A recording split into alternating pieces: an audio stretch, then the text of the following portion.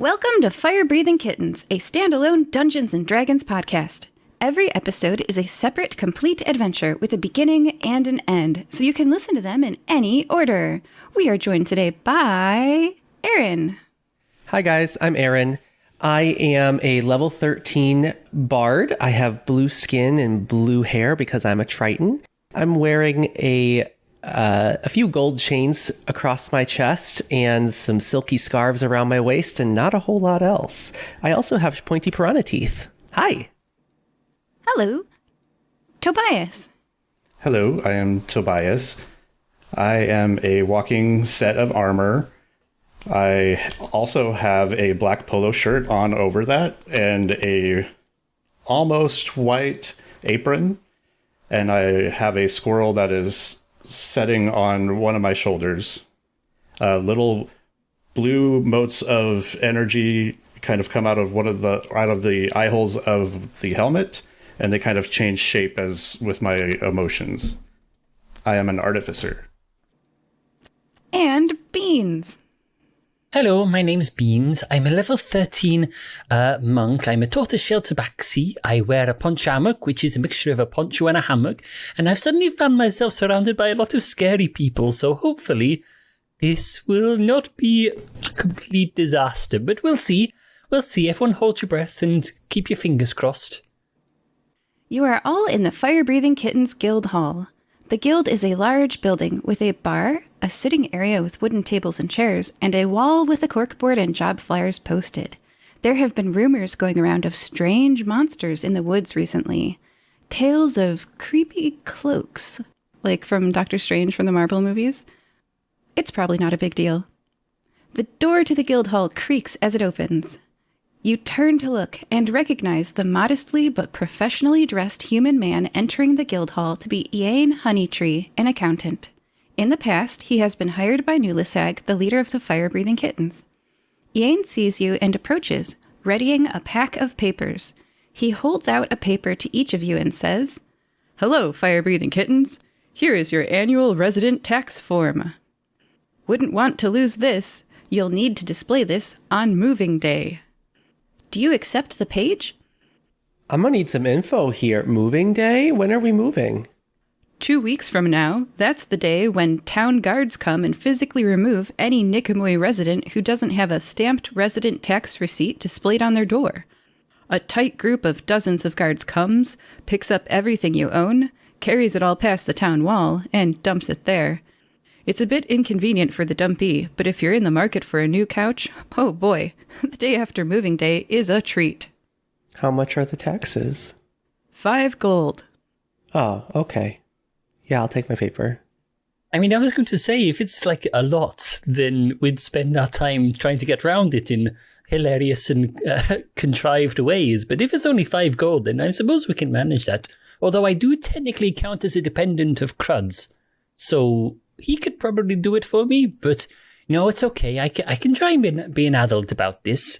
Now, where do I put my paw print? You look at your form and read. It says the following things. 49594 resident Monstercaid tax. 5 gold due per adult Nicomoy resident. Printed name and then a line. Signature and then a line. Notary stamp and then a line. Display on your door on moving day or be moved. And at the bottom, there's a second paragraph you haven't read yet. And from all that, you deduce that that line after signature is where you put your paw print. Oh, yes, I can do that. And I think I probably count as a notary too. So, bonk, bonk. Done. I'll actually do a different paw for each one just to make it look a bit fancier. And by the way, Ian would give your 5 gold to the government if you give it to him. By doing this, you're saying you're making a trip to deliver the 5 gold. So I guess everybody give their gold to Beans. It's okay. I can run really quick. I'll be back in a jiffy. Okay. Sure, here you go. So Tobias also accepts the paper? Yes. Okay. Got it. Boy, I hope there wasn't anything in that second paragraph that'll really, kick us in the butt later on, but we'll see. Well, we could always read the second. You know the rules around here. We can only read one paragraph at a time. Well, I can't read at all, but thank you for reading that out loud for me. Oh, I couldn't read that one time. Well, it was quite a long one time. It was like most of my life. But then like Crud taught me to read, and I accidentally got enrolled in like a lawyer school. So I can probably help teach you to read. How do you learn? Do you like learn with like well, Crud taught me with fish. Do you like fish? I actually can't see words on a page. I would have to be able to feel the words somehow. Like they'd have to be maybe engraved. Okay. No, we can manage that. Well, did you say engraved or grape? Because I think either one could work, to be honest. Maybe, yeah, if we could probably spell words with grapes. Yeah. Okay, new plan. We'll teach Tobias how to read using grapes which are spelled out. But we're gonna need a lot of grapes. Aaron, do you know anybody with a vineyard? This is our mission. Well, I'm standing behind the bar. We have coffee beans too. We can spell with coffee beans. I think we know a few dryads. They could probably help us with whatever kind of plant life we need. Okay, so I will go and deliver this money, and then when we come back, we'll start teaching Tobias how to read using grapes and maybe some coffee beans. But we'll see whether Nusi needs any of those. But yes, I'll just be out real quick, and Beans will gather the money up, loosen in paws, because no bag necessary, and just sprint over towards Town Hall? Mm-hmm. Yeah, sprint over towards Town Hall, like turn up at the front desk, throw the money at the person, and run away again. Now, since you said you're a notary, that means that they have met you, they have certified you, and they are aware of your habits. So they're like, "Thanks, Beans." Yeah, they've got like a net up to automatically catch everything. Yeah. Is anyone reading the second paragraph, or do you want me to move on? It's totally your choice. This is your adventure.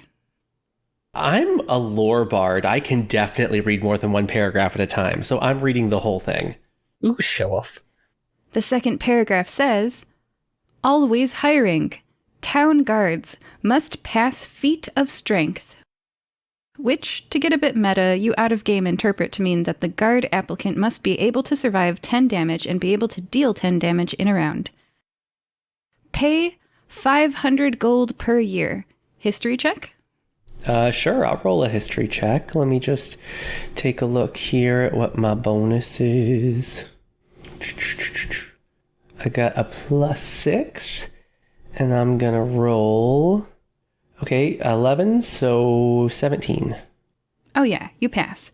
Your character knows that 300 gold per year is the poverty line. 500 is about double that-ish, and about 700 gold per year is when you start having what some people call fun money. You're just like wealthy and you don't know what to do with all your gold. Anyway. And you also, with that high of a history check, know that the 5 gold that you pay, that every adult resident of Nicomoy pays, is what funds the guards' salaries and maintains the city walls. This is a Monstercaid tax, which is it's like a collective insurance policy against monster attacks that pays for a stable guard employment and patrols and wall maintenance. Okay.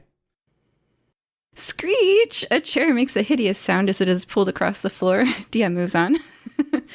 Nulisag, the 2-foot-tall dwarf leader of the Fire-Breathing Kittens Guild, stops pulling the chair once it is in front of the jobs board and climbs to stand on its seat. He reaches up and pins 2 flyers on the corkboard. Because you each possess the magical Fire-Breathing Kittens tattoo, you can read the writing written there. Nulisag hops back down, leaves the chair where it is, and walks back to the stairs to return to his office. Let's read those. Aaron reads the first flyer. Urgent monster attack. 2538 Blomkamp Road, Elysian Fields. 100,000 gold reward. Right. 2850 Blomfield. 2538 Blomkamp Road, Elysian Fields. And that's a 100,000 gold reward. Is there a level recommendation on that? the player asks too the meta. DM. Too meta. Yeah. Well, we were doing that for a while, and I feel like this is a bit more. Okay. I will, since you're worried you're going to die, I will say these adventures are statted to potentially kill you. However, I think you'll survive. I thought you would survive many things in the past, and it usually worked out most of the time. Okay. You can mess this up and die. I can't stop you from doing that. What's the other flyer say? Urgent monster attack. 6931 Pindar Road, Elysian Fields, 100,000 gold reward. Like, I can't stop you from jumping off a cliff. I can be like, okay, I'll narrate what happens. You jumped off the cliff, you fell through the air, you hit a tree on the way down, and then splatted on the ground. So these are both basically the same place, two different addresses that have monster attacks and 100k reward. Yeah, but like, there's no reason to jump off the cliff, if that makes sense. This is DM to player communication making sense. There's a cliff. Don't run off it. I mean, you can. Speaking of running, this is the point where Beans turns back up at the guild hall, frantically trying to get something out of his mouth. He's like, yeah, I got a load of bugs in my mouth. I was running too fast. Yeah, they do not taste nice. Anyway, what's going on here? well, we got some job flyers. We could take on some really strong monster attacks for 100,000 gold each. Or we could do something else. It's kind of up in the air. Maybe explore these flying cloaks in the woods. I don't know. Oh my. Well, if you're going to take on monsters here, and he pushes a couple shot glasses of espresso forward, with the cooking feat, you can get some temporary HP points from those. Oh, okay. that sounds surprisingly useful. So, okay, have I had coffee before? I can't remember. Is that the stuff that makes you, like, all jumpy and energy type? It does for most people. Player is interested to see what Beans is like on coffee. Oh, have you ever seen Over the Hedge? Yes. It's likely going to be hammy on caffeine. The squirrel. Okie dokes. Where the world just stops rotating and everything is slightly more up-to-date reference. A Quicksilver seen in any of the recent 2 X-Men movies. For those of us who haven't seen Over the Hedge. But yeah, it's going to be wild, put it that way. But those should be 5, which at this level isn't a lot, but it's 5 temp. Yeah, okay. 5 temporary hit points. Yeah. Okie dokes. And also, as my once-a-day thing, I'll fill 2 flasks with experimental elixirs and put those inside like his armor chest just to take this. I roll to see what those are. But... Well, if we're going to fight monsters, I can use my new spell here, Hex, to give you guys some extra damage with each hit that you land. Ooh, it lasts for an hour. Okay, maybe we'll just leave that until we get a bit closer to the old monsters, you know? We don't want that wearing off before we get there. But absolutely. Yeah, I think we should be doing some monster hunting. It seems to be causing a bit of trouble, and just think about how many grapes they could buy. 100,000 gold worth of grapes. All those words we could spell out. True. All right, well, shall we? Oh, yeah. Actually, where are we going? Player wrote it down, and Beans did not. I can't quite read my writing here. It looks like 2538 Blomkamp Road and 6931 Blomkamp Road. Pindar Road. Oh, Pindar. And these are both in the Elysian Fields. Okay, so they're like in the same area.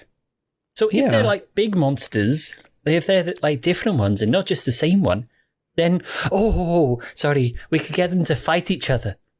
I mean, actually, let me just review my spells real quick. Maybe I have dominate person. I can make, if it works, I can make, as long as it's humanoid, I can make it do what we say. So I could potentially make these two fight each other. Maybe.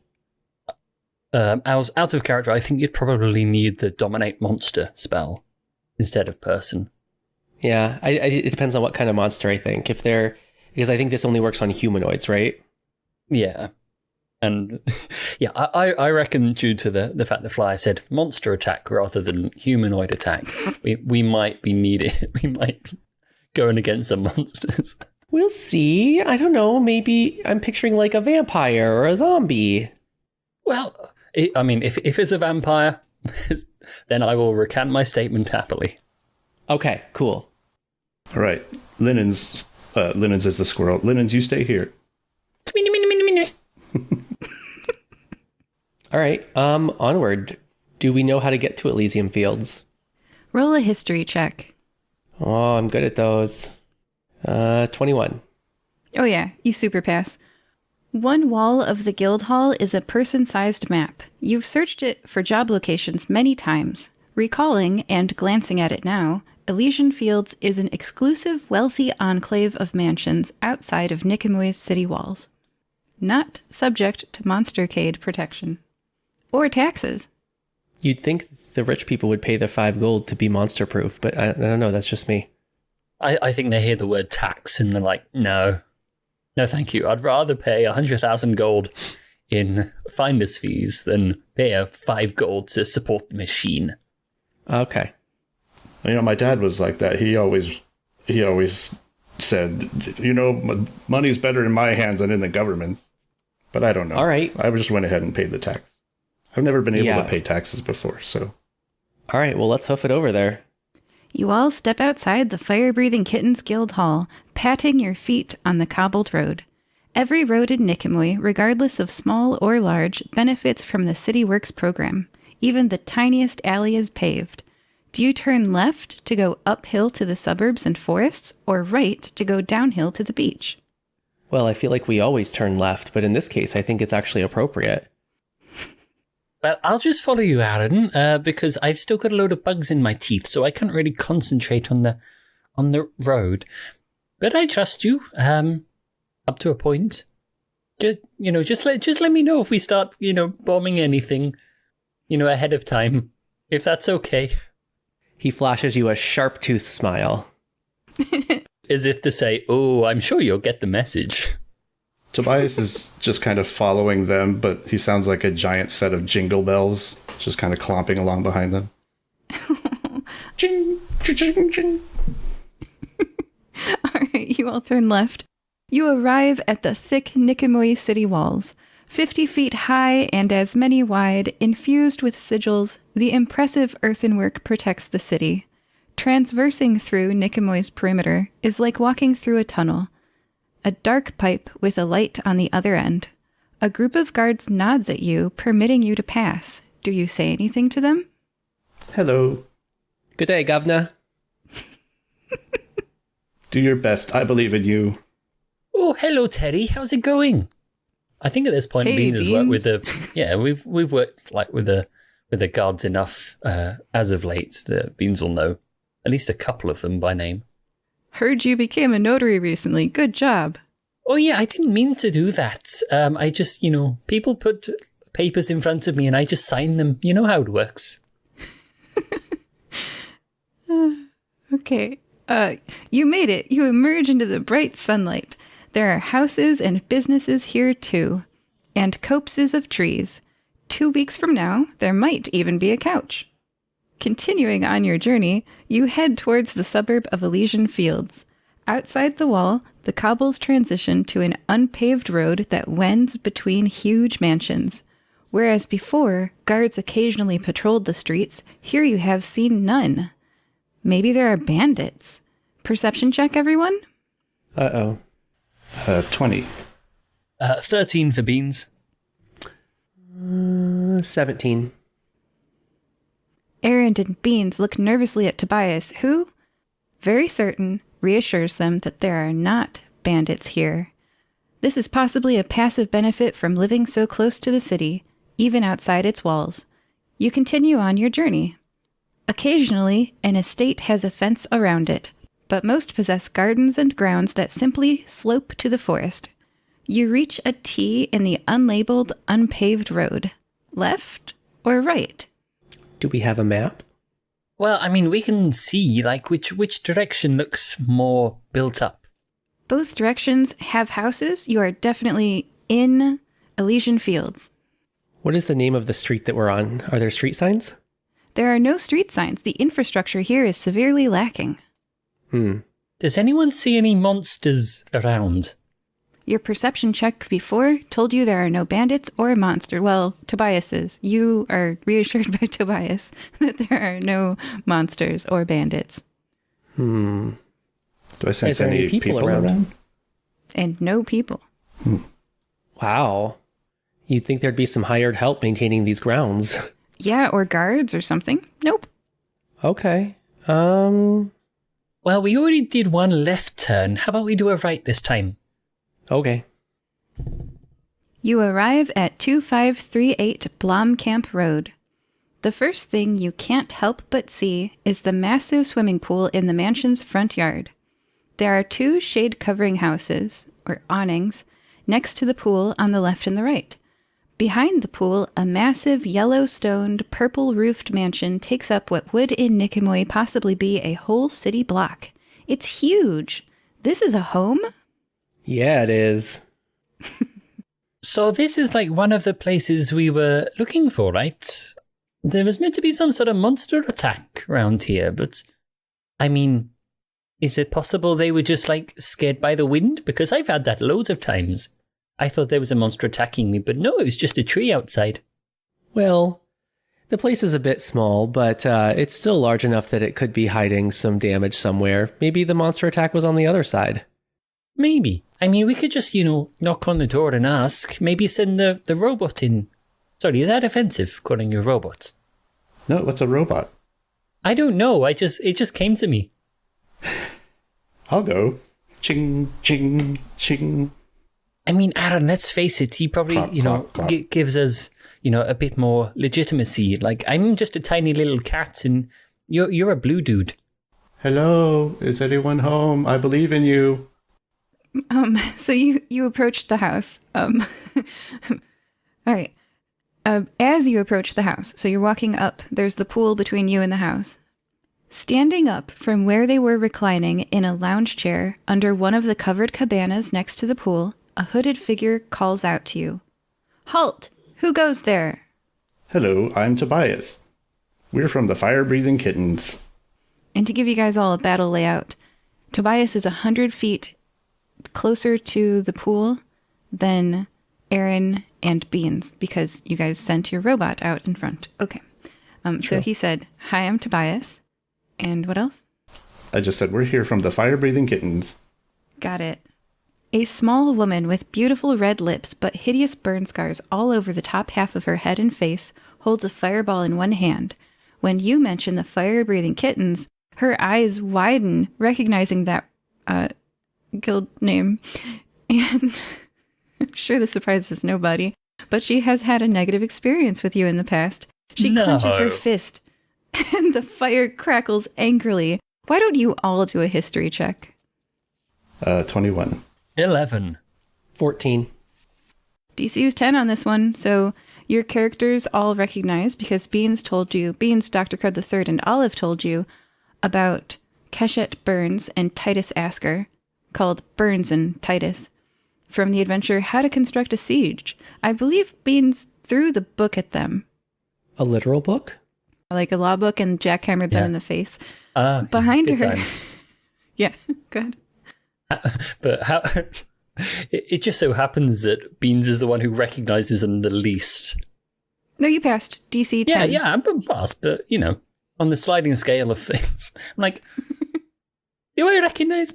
I'm sure I've seen you somewhere before. Was it maybe there? And then, the other two are like, yeah, you've told us about them before, loads. You never stop talking about them. It's like, are you sure? Like, yeah. You've drawn pictures. Oh, does Beans have humanoid face blindness? Maybe just scatterbrained, I think. Oh, okay. So, There's a Rick and Morty episode recently about turkey face blindness. I can't tell the turkeys apart. Anyway, behind her, a Goliath of a man stands up from his lounge chair as well. 6'8", all muscle, dark skin, stark white hair, and tribal tattoos all around his arms, and you all recognize him as Titus. My goodness. Aaron, not now. Your drawing wasn't so big. Oh. Well, I mean, I didn't have, like, this full-sized paper. They only come, like, you know, like a foot high. If we had bigger paper, then maybe I'd try and draw them to scale, but no, we only have little paper. But I don't think that's the issue right now. Hello? How's it going? Are you still 100 feet away? I would have thought so, yeah. Okay. I sense some very powerful fire magic there. Could you show me how to do that? Okay. They can't really hear Beans because you're so far away. Yeah, and like, how's it going? And they're like, what?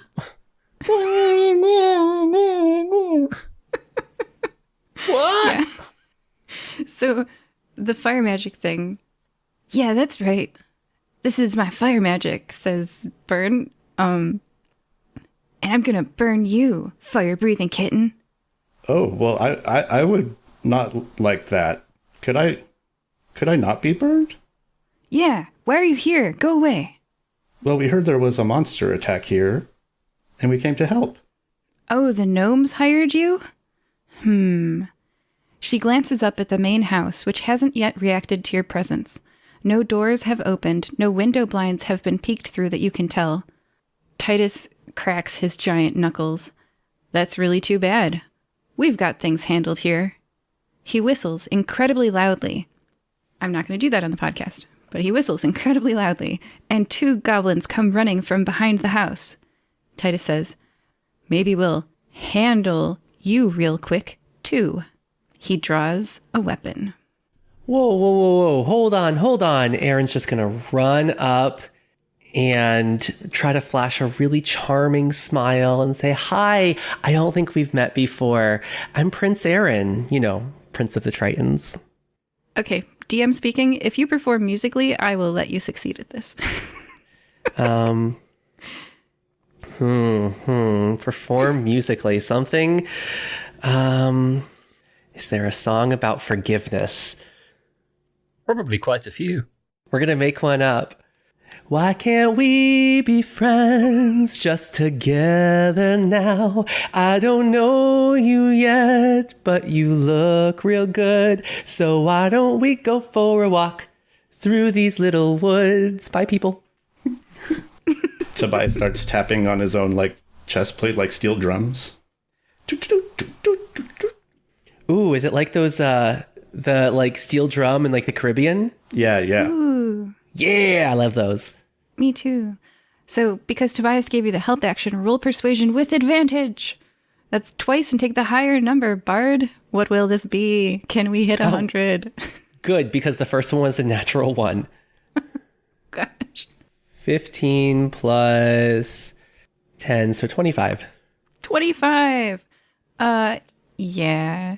You're just too cute to chop up into little pieces. Titus puts his weapon away. Meanwhile, Beans takes out a small leaf of parchment, which just has a load of names, the vast majority of them crossed out. And then he crosses out the one that says Simmond and writes on Titus, ? He's just trying to keep track of names. Oh my, I didn't know there was a list. Well, someone's got to keep track. No one does. No.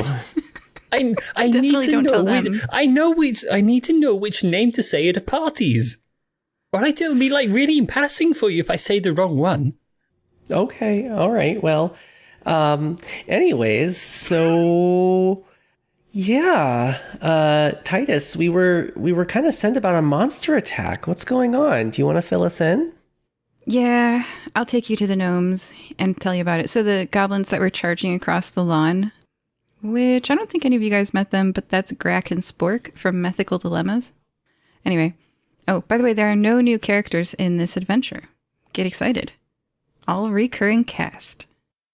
The 2 goblins stop running across the lawn and instead trudge into the house's front door. You guys are welcome to join Titus and Byrne are unhappily waving you in. Like, great. Because as the guards working here, now they're going to have to work with you. They don't like that. So do you go in the house? Yeah. Yeah. I mean, I'm going to knock first, obviously, but... Beans knocks. But that's just common courtesy. Titus walks past them and goes, "Thank you, do your best. Thank you. I believe in you." Too adorable to chop into little pieces. A tiny gnome couple greets you. They look even smaller standing in their tall ceilinged house.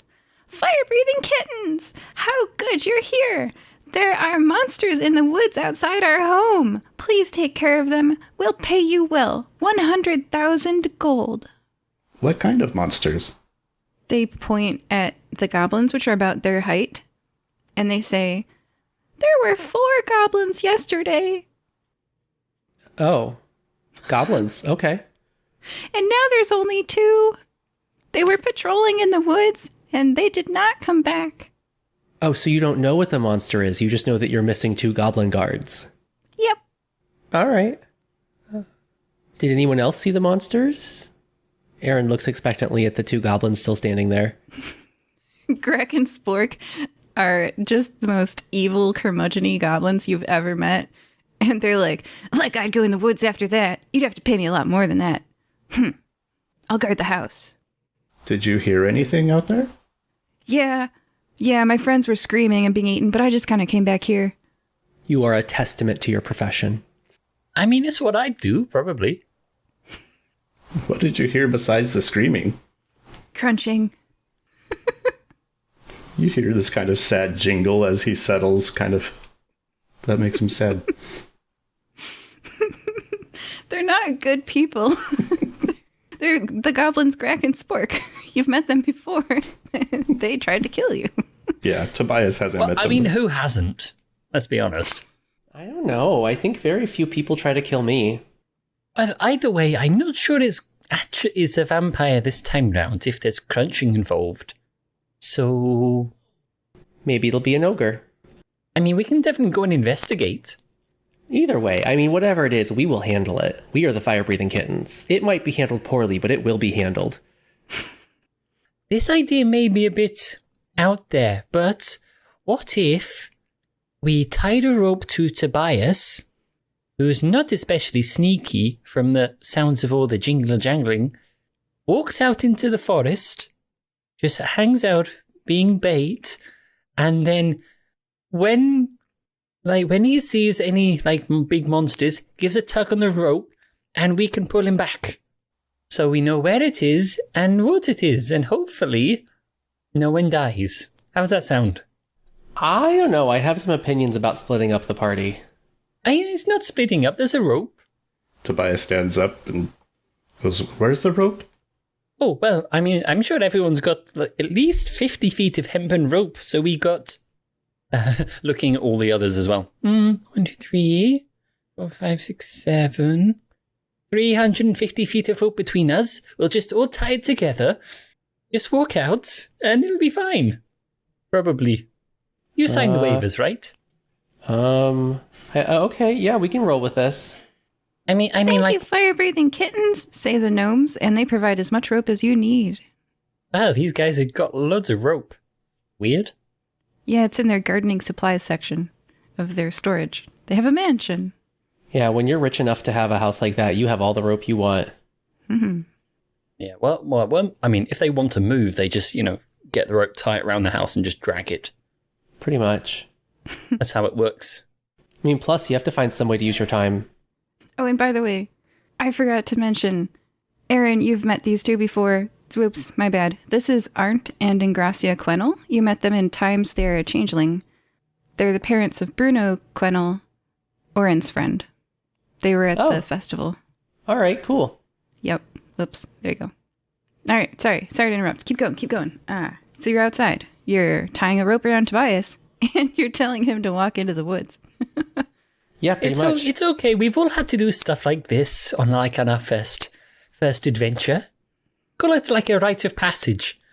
Well, I've never fought anything before. Oh, you'll be fine. Which might sound funny since I am armor, but I've never had to fight before. Well, hopefully you won't have to. It's basically just a reconnaissance mission. So you just wander into the forest, start making a load of noise, see what comes and attacks you, then you, pull on the rope, and we'll pull you in. So all you have to do is go limp, and we'll drag you back. I can make lots of different types of noises. What types of noises should I make?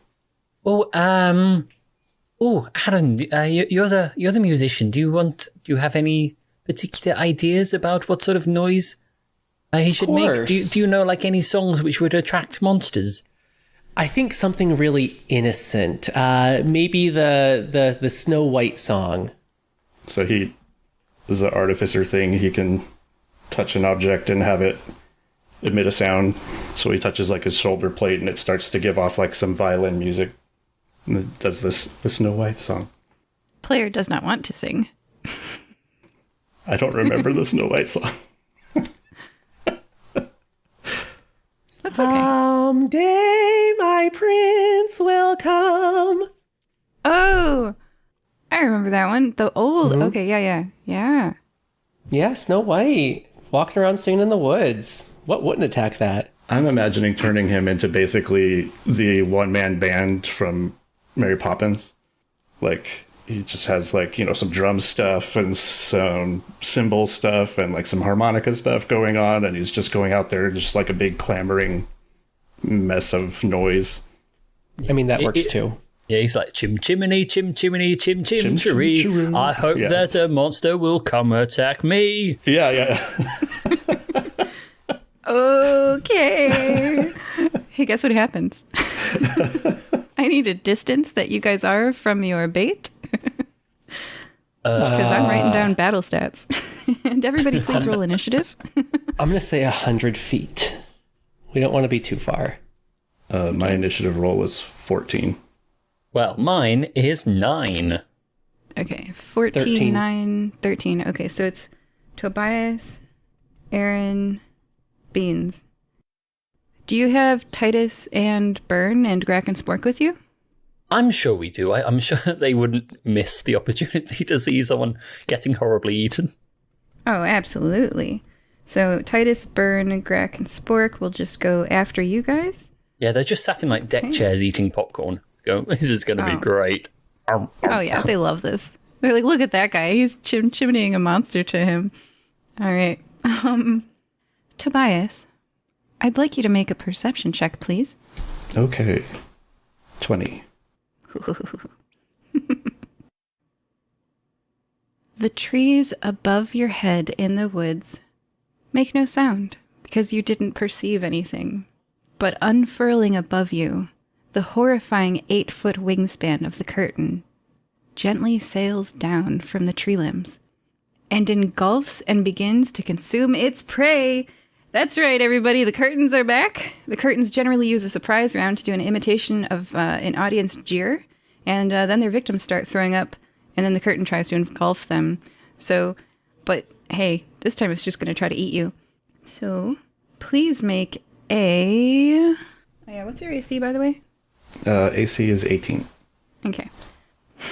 Okay, this is really sad, but it misses you. Okay, so next to you flops down on the ground like an oriental rug. Just picture a 8-foot long, 13 feet wide oriental rug. It flops down unceremoniously on the forest floor next to you. Whoa! How do you react? Rug! There's a rug in the forest? Why is there a rug in the forest? Start pulling on the rope. So we're like, there's a tug. Pull, Aaron, pull. We're both really weak, I assume. Pull. Pull. Okay, Tobias, you scoot 20 feet away from the curtain / rug. It's now your turn, because that was its surprise round. So a rug fell next to you. Your friends reacted, and now it's your turn. I'll place a flaming sphere right in front of it between me and it. And so that makes it roll a dex save with a 17 DC. It fails. The rug does not dodge out of the way. It takes 21 fire damage. That is one singed rug. Okay. Yep, that's my turn. Okay. Aaron, it's your turn. You're 100 feet away from an oriental rug that dropped down from the trees overhead next to Tobias. And then he burned it a little bit. Perfect. So Eldridge Blast has a range of 120 feet. So I'm going to use my movement to fly with my boots of flying up to take partial cover behind a tree trunk. And I am Roll going a to stealth use roll a stealth roll. for your partial cover. Oh, You get okay. +2 to your AC, I think. Double check the cover rolls when it's not your turn, but yeah. Oh, I rolled a natural 20 on that one. Okay. You succeed, you get whatever partial cover gives you, which I think is +2. Don't quote me. Look it up when it's not your turn. I'll look it up. But then I'm going to use a bonus action to cast Hex. It's a first level spell. How many feet did you move closer? 20 feet. Okay, you're 80 feet away from it. Can you cast Hex 80 feet away? Hex is cast on myself. Nice. Okay, got it. And then Eldritch Blast has a range of 120 feet. Yeah. And Hex, I have the spell pulled up here. Oh, actually, it's not cast on myself. It's cast on the creature. Range of 90 feet. Sorry. All right. Until the spell ends, which is 1 hour, anyone will deal 1d6 necrotic damage to the target whenever you hit with an attack. Also choose an ability. When you cast a spell, the target has disadvantage on ability checks made with it. I'm gonna pick Strength. It has disadvantage. Noted. All right. And then I am hexed, or it is hexed, and I am going to cast Eldridge Blast, which I believe that to hit is my spell attack bonus, which is 10. So I'm going to roll 3 blasts of that, and I'm going to get 18, 26, 18. How many of those hit? I hate to pull you up on rules, Aaron, but I'm assuming Please do. Is Hex part of, is that a bonus action or a regular action? Hex is a bonus action. Okay. I verified that first. Okay, that's good. Because as most of us know and probably ignore, you can in fact cast 2 spells on a turn if one of them is a bonus action and the other is a cantrip. Exactly. Which Eldritch Blast certainly is. So those of you listening who think we did it wrong, there we go, we checked for you. Yep. I figure anything that's one action takes up the full action, and anything that's a bonus action takes up your bonus action. So as long as you've got that going on, right? Like you should be able to cast 2 spells on a turn. Actually, no. Yeah, Really? with spells, it depends. If one's got a spell slot, like one doesn't, then it's okay. But if 2 had a spell slot, then you can't, even if one is a. It's weird. Spells are weird. Yeah. And it's strange. Oh man, but, I played a wizard last season. Hey guys, don't listen to that. Yeah. I was just reading about this here Definitely did that recently. Yeah, So I did a that's- sorcerer hoping I could do that, and someone rule lawyered me, and then I was Oh, sad. man. Yeah. I did that wrong for a year. Okay. It's okay. Hey, it's We D&D. learned- If you can get away with it, and the DM is like, yeah, that's fine, then it's fine. Yeah. Regardless, Then it's do all all 3 of fine. those Yeah. hit? Oh yes, and those all hit. How much damage did it take? All right, so I got a 10, an 8, and a 4, so that's 12, 22, plus my necrotic damage. I add a d6 of necrotic to each one of those hits. So that was 22 total there, plus 12, so 34 damage total. Whoa. Okay. You've never seen a rug bleed until today. Aaron, do a history check. Oh, 22. You very much remember. How could you forget the day Satara died? I do remember that. It was very sad. Do you remember what ate her? It was this curtain. And I made it worse because I threw a thunderclap at it, and it hurt them both. Yeah. So here you are fighting the creature that killed your friend. You've found, sort of like hunting for bats and viruses, you've found the reservoir forest where they live. The last one was a trained pet, but now you have some wild. How does that make you feel, Aaron? It makes me feel determined because this time I'm definitely not going to throw anything at it while someone's inside it. Aw. Yeah. Okay. And that ends Aaron's turn. Beans, you're 100 feet away from the very bad, like, you've never seen a rug ooze. Until today. It's oozing. Oh, lovely. So is this the exact same one, or just like the same sort of beastie? Same beastie, the last one was a red theater curtain. Okay, so it's not the exact same one. I was just wondering if like her like magical equipment was still in there somewhere. Get it out somehow. Riffin took it. Okay, never mind then. Okay, Beans is not going to attack this turn. Just run up because we've got a regular movement speed of 60 feet. So we're just going to run 60 feet closer and use the hide action to hide behind a tree to get a better peek. So we're going to just sprint up in through the trees. It's all dark and mysterious, and just press ourselves up against like the back of a tree and peek around and go, okay, what's going on here? I'm going to do a perception check from things you don't know about. And what's your stealth? I pre-rolled that because I was expecting. I rolled a 15 and plus 15, so a 30. Oh my gosh. Okay, you think you're hidden. You probably are. All right. At the end of Bean's turn, is there anything else you're going to do? Mentally psych myself up. Like, come on, you can do this. We've done this before. Well, not this exact thing, but we've punched things before. This is going to be fun. Let's just try not to... Oh, wait, is that a big ball of fire? Oh, okay, that's new. It'll be fine. It'll be fine. The 6'8" tall, huge man with the dark skin and white hair with a huge axe raised above his head charges screaming at the oriental rug and lowers the axe on it, slicing it in half. Blood sprays up around his head. and it makes a death cry. He calls out, "Yeah, killing monsters is fun!" Burn's actually engaging with one over to the right. We're going to keep the distances the same, so it's like in melee. And it has dropped down from above and has wrapped itself around a goblin. And Burn is hacking and slashing at it, not caring that the goblin inside is taking damage. And going, "Yeah, just like killing gnomes. Yes." Roll a perception check for the gnomes inside the house. They're too far away. Yeah, so they are having fun. Killing monsters is fun, just like killing gnomes is. And now, by the way, at the end of their turn, there are 2 curtains, another one on the ground, one engulfing Grack, and there's the dead one, too. Tobias, it's your turn. Your fireball, does it still stick around or not? Yeah, so it stays in place, and any enemies that start their turn next to it or finish their turn next to it take damage. But it sounds like the one that was there is the one that he killed. Very, very dead. Yeah, Titus chopped that one in half.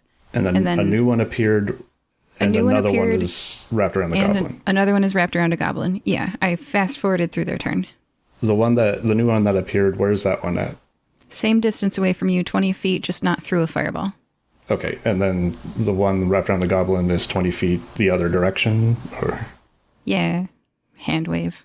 They're all 20 feet from you. You are 20 feet from a curtain, which is, let's say, 10 feet from the other curtain.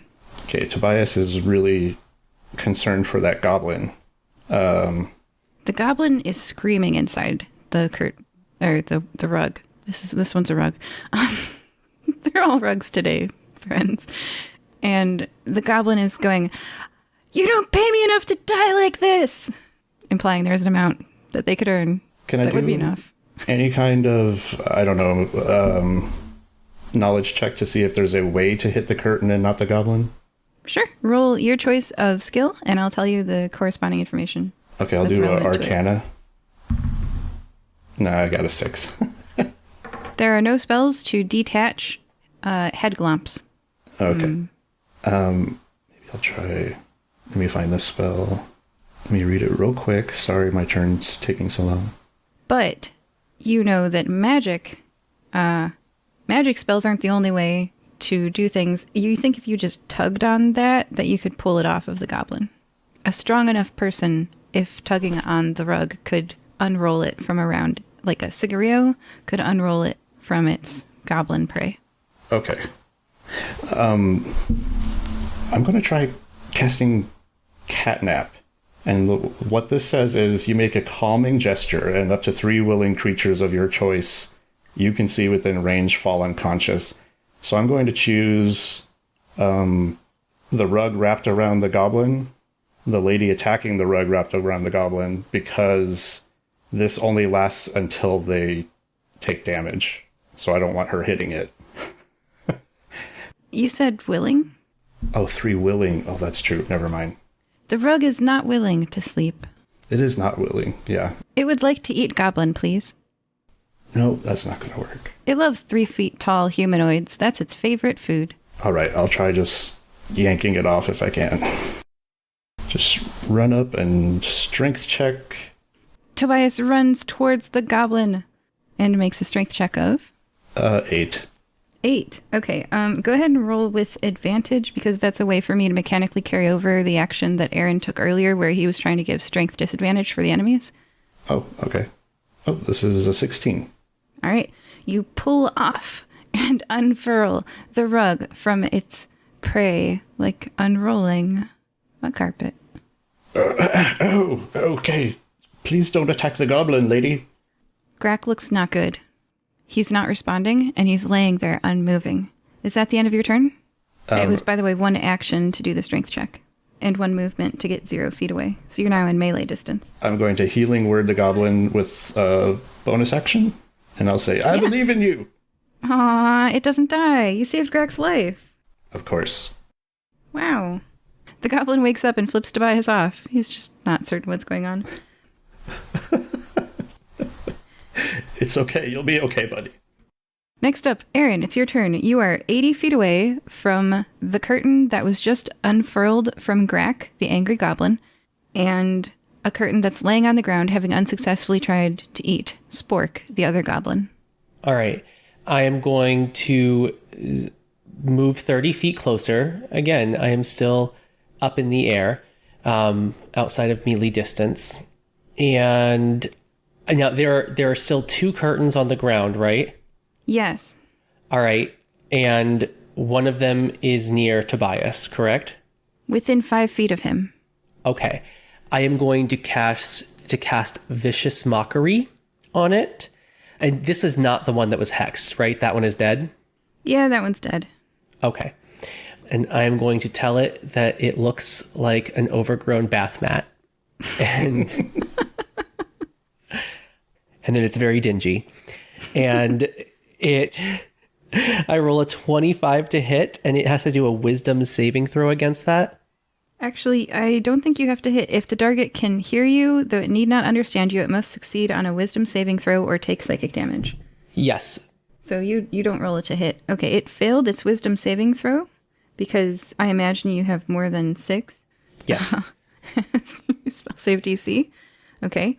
It takes 5 damage, and it has disadvantage on its next attack roll. Got it. And that will end my turn. Okay.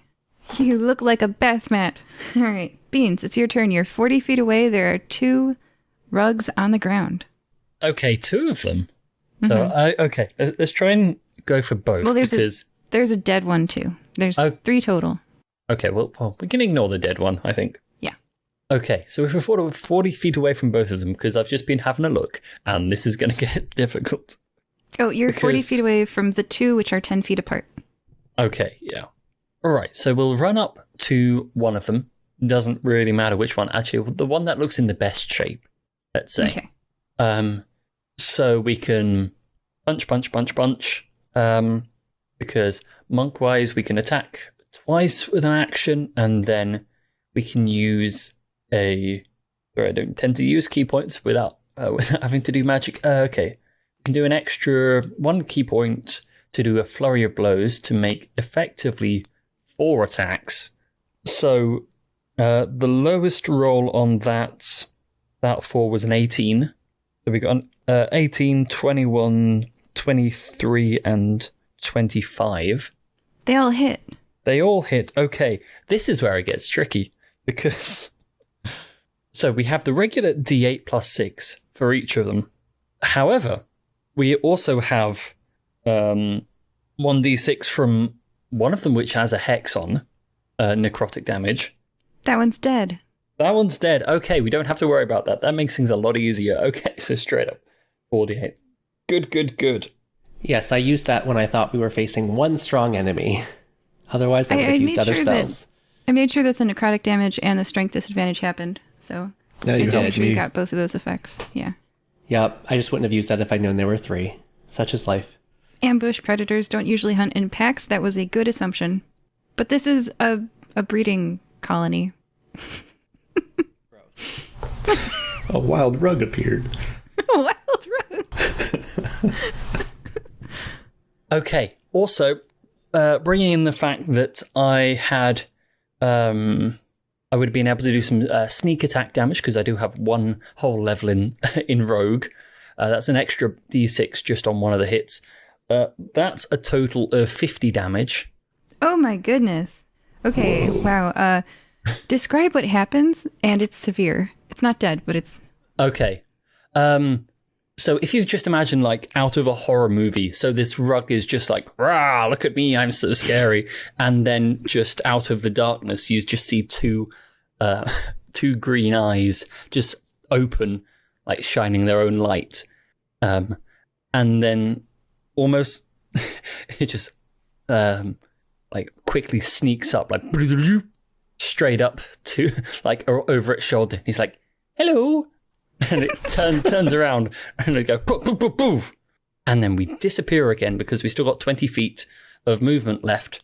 And I have a feat where hitting stuff, if I hit stuff, then I don't incur any opportunity attacks. So we go punch, punch, punch, punch, and then disappear back into the night.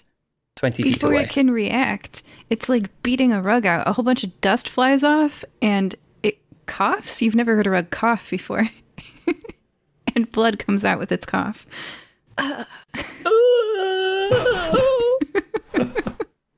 Yeah, wow. All right. And then it is Titus and Burns and Grax and Spork's turn. Grack is angry and confused. If you've ever played with Psyduck and Pokemon, Grack is kind of like the low-level intelligence person. He's confused. He hurts itself in his confusion. So Oh no. he does not manage to attack the curtain. In his rage, he attacks Spork. And Spork is busy just trying to get Grack off of him and be like, no, you idiot. Save it for the gnomes later. Look, I'm your buddy. I'm going to get you rich. Okay, stop. Calm down. Calm down. Remember the plan. Titus and Burn go after a curtain. And remember the one that only had a little bit of life left that Beans just punched the life out of? Titus holds it in front of himself like he's going to rip it in half. And he pulls and he pulls, and the curtain lets out a shriek, which I'm going to tell you the mechanical consequence of in a second. But as he rips it in half, it shrieks and dies. So now the shriek. Each creature within 60 feet of the curtain, which is Aaron, you're 50 feet away, Beans, you're 20 feet away, and Tobias, you are within 10 feet of the other curtain, that can hear its shriek and normally imitates an audience jeering at you to give you stage fright. That's what it trains its vocal muscles for. But now it's just letting out a death cry. And if you're not an aberration, which I assume none of you are, you must make a Constitution saving throw or become nauseous with your stage fright and panic and fear. I think it's only fair. I'm gonna I'm gonna hamstring myself a bit because Beans, historically has had a massive stage fright. So I'm gonna give myself disadvantage for the role play. Okay, that makes sense. Yeah, it reminds you of being under the spotlight. That's what the shriek reminds you of. Boo! You suck! Tomatoes are coming at you. You did Yep, there we go. Get off the stage. There's my 4. There it is. Hey, Oh. my dice love comedy. What can I say? What happens? I got an 18. I got a 10. Aaron passes. He's a bard. Of course he passes. You perform all the time. If the audience doesn't love you, that just means that they're paying attention to you in a different way. Now, Tobias and Beans, you both roll a d4 and add a 1 to it and announce your number. Uh-oh. 5. I'm assuming this is going to be bad. 5. Nauseous creatures are unable to attack, cast spells, concentrate on spells, or do anything else requiring attention. The only action such a creature can take is a single move action per turn. You can make a saving throw each turn, and if you pass, you are immune to the curtain's jeer for the next 24 hours. So you feel nauseous from the stage fright, and you can't attack, cast spells, concentrate on spells, or do anything else requiring attention. You can just try to buck up and overcome your stage fright.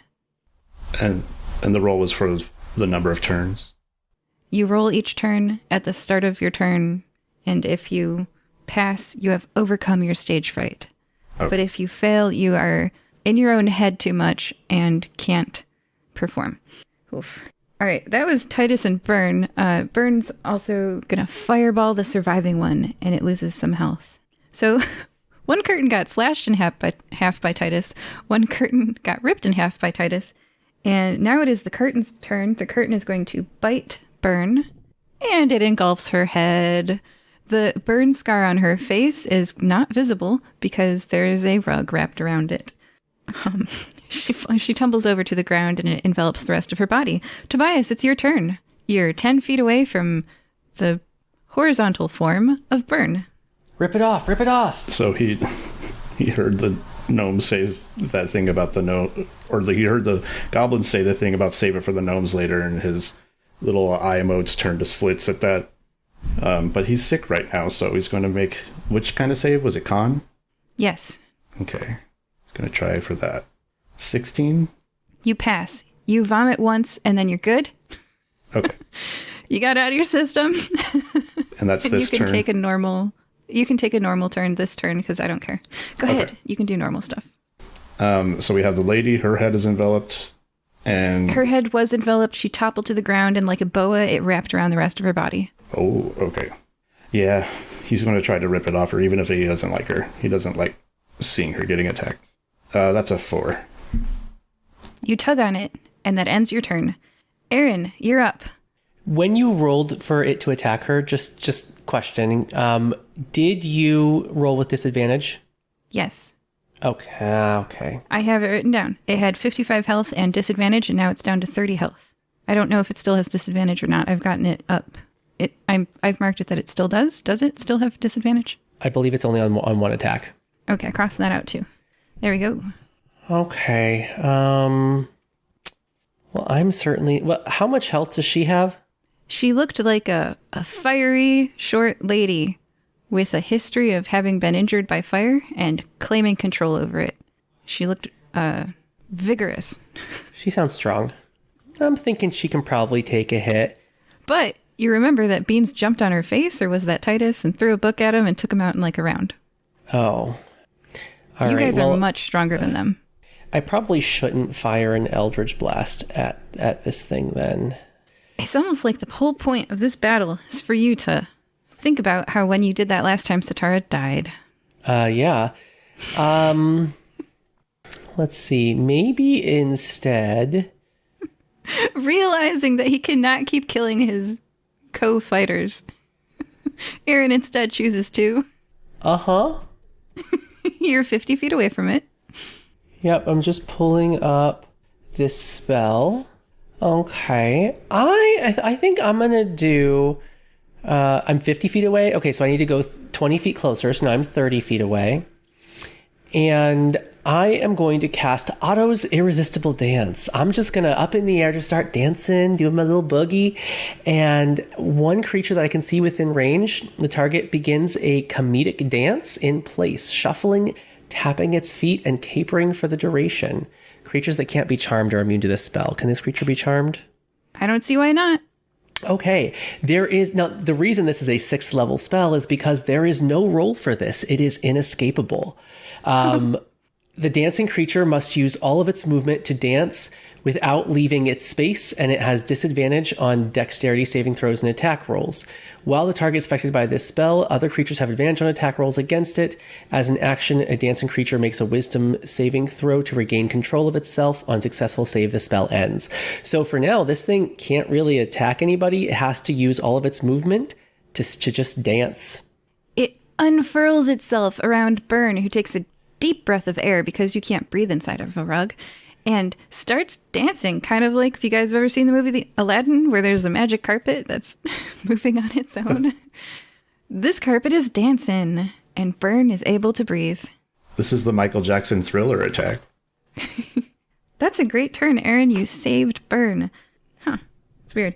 Titus saved Grack, and Aaron saved Burn. You guys are really nice to evil people. We try.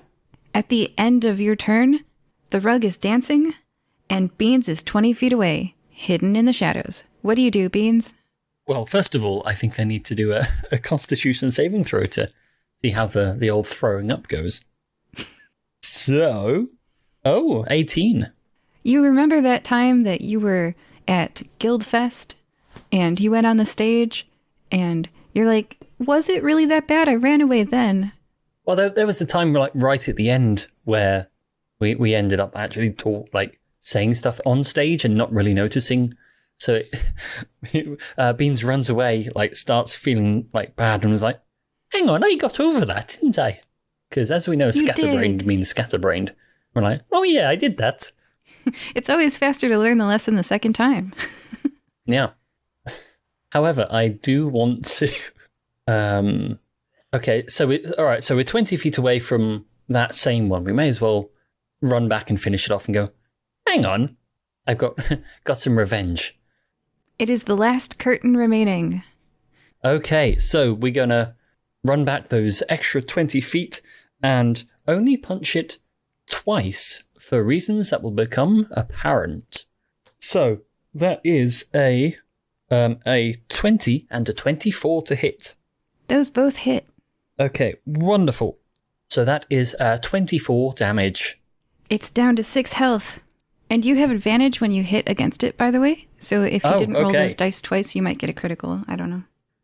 Let's have a look. But if I get advantage, then I do also... will I get sneak attack in that as well? Yes. Sneak attack is when you have advantage when you're granted advantage against the enemy. Yeah. Okay. So let's see. Do I roll a 6 on this? No, I rolled a 4. It has 2 health. So it's down to 2 health. However, we're not going to stay. We're not going to stay. Actually, no, I don't want to start throwing up again. So we're gonna run away during that time. I think back to safety. I think. However, I do have a little teleporting ability, assuming I can find that somewhere in my list. Yes, Shadow Step. When I'm in dim light or darkness and under tree canopies, I would probably count that as dim light. As a bonus action, I can teleport up to 60 feet to an unoccupied space you can see that is also in dim light or darkness. So I can basically just use my bonus action to teleport 60 feet away. And then maybe use another 5 feet of my movement just to get out of range of any nasty screaming that may or may not occur in the next turn. You are out of range. Does that end your turn? Yes, I think so. Aside from some internal yeah, we did it. We got over it. Oh, wait, we already did that. No? Okay. Oh, we're good. Oh, I got pine needles in my feet. Yeah. Distracted immediately. Yep. All right. So far you've learned to read and you've gotten over stage fright. You've come a long way and you've become a lawyer and a notary. Yeah. And detective, I guess. Freelance. Byrne gasps, grateful for air, and takes out a dagger. She's laying on the ground horizontal next to the creature that just tried to suffocate and eat her. She rolls over 2 feet, raises the dagger in the air, and plunges it into the now dead, death-shrieking curtain. You all briefly become nauseous for a turn, vomit, and are done. And that ends the battle. She stabbed it to death. It only had 2 health, and a dagger does a D4, so yeah. Yep. That ends the battle. You are now in free actions. You don't have to follow initiative order. Byrne is looking really rough. Grack and Spork are just now coming out of it. And Titus looks like he wants to punch more things. What do you do? Aaron flies over to Titus and goes, whoa, calm down. We're done. It's okay. I love fighting. I know you do, honey. He caresses his cheek with his thumb. You'll be fine. We'll fight more things later. Yeah, I will. Byrne goes, shut up, Titus. So did we just kill the monsters in the woods? Was that... I feel like we just made 100K. Maybe let's go talk to the gnomes. Guys? Beans appears from nowhere and startles everyone. Go, hello! Sorry, what's going on? Are we all good? Is anyone bleeding? I mean, I can't help with that. I just like to know. No, I'm not. How are you guys doing? Just talking to everyone else. Yeah, how are the evil NPCs looking? They look injured. Not to Grack judge almost or died. anything, but we just call them the Bird- evil NPCs. Right. Burn almost died. Grack almost died. Titus is feeling no pain. He's not sure if he's injured or not. He'll find out tomorrow. Well, should we head back and get you patched up? Sure, says Titus. Burn holds her head and puts her dagger back. All right, y'all head back to the mansion. Cool. You're greeted by the Quennels, Arndt and Ingratia. Did you defeat the monsters? Yeah, we did. On the way back, Tobias used message to whisper to Beans and to Aaron, I don't believe in them, they're nasty. Well, yeah. I mean, as a group, we call them the evil NPCs. I'm not sure what NPC means, but it's got to be pretty bad. If they're evil ones of them. When should we tell the gnomes? Well, maybe we should just take them aside. So maybe Aaron can distract the evil ones, and then we can take the gnomes into the other room and go, oh yeah, they're probably going to kill you and just take the money. Okay. Spoiler alert. So let's roleplay this. Beans has taken aside Arndt and Ingracia. Maybe one of them is Arndt is getting the money and counting it out because there were 7 of you. You're going to get 14,285 gold each. And Ingracia is taken aside by Beans and he whispers, oh, hey, they're probably going to kill you. She says, oh, goodness. Really? What cause do you have to say such things? Oh, I'm pretty sure they were talking about it earlier. So They were Tobias, yeah, when we were attacking, when we were fighting the monsters, they were like, oh, don't worry about that lot. Save it for the gnomes later. I think. Tobias does a voice replication of save it for the gnomes later. Calm down. Remember the plan. You just press a button on your chest plate. And he goes, His eyes go from blue to green and he just goes, save it for the gnomes later. Calm down. Aw. Oh. Replicate voice. Don't worry about them. Save it for the gnomes later. Yeah, just like killing gnomes. Yes. She gasps. Oh, no. What? Oh, why would they do that? I mean, they're the evil NPCs. At a guess for funsies, or probably just to take the money. They know you're loaded, so they might want the house or their money, or I don't know. Why do evil people do what they do? For fun, probably. Oh, well, I'll fire them. It would be better to go without guards than to go with guards that want to kill you. I'll just fire them and get rid of all of my guards. Or maybe you could pay taxes. Taxes? Does not compute. I did this thing where I just paid 5 gold in taxes. Just today. Tax for what? What kind of tax? Monstercaid For All tax. What? I have the freedom to choose my own insurance. You can't force me to pay for other people's monster care. Make a skill check to try to persuade her. We've all taken part in this argument one way or another. No, charisma check is going to pass this. It's not going to work. Just do an intimidate. Just intimidate them and just get them to do it that way. They'll thank you later. Tobias is no orator. He rolled a 6. The DC was 5. Okay, so intimidation, persuasion, and deception DC of 5 on this, just to let you guys know. You pass. She goes, so if I pay 5 gold, you're saying that's enough to hire guards that patrol and they'll be vetted and they won't be evil. You're making a lot of sense, Tobias. Da da da da da da da da. You guys pass. Welcome Yay. to Nicomoy. I feel like Willy Wonka at the end of the movie when Charlie passes and he's like, there's one good child. Okay, anyway.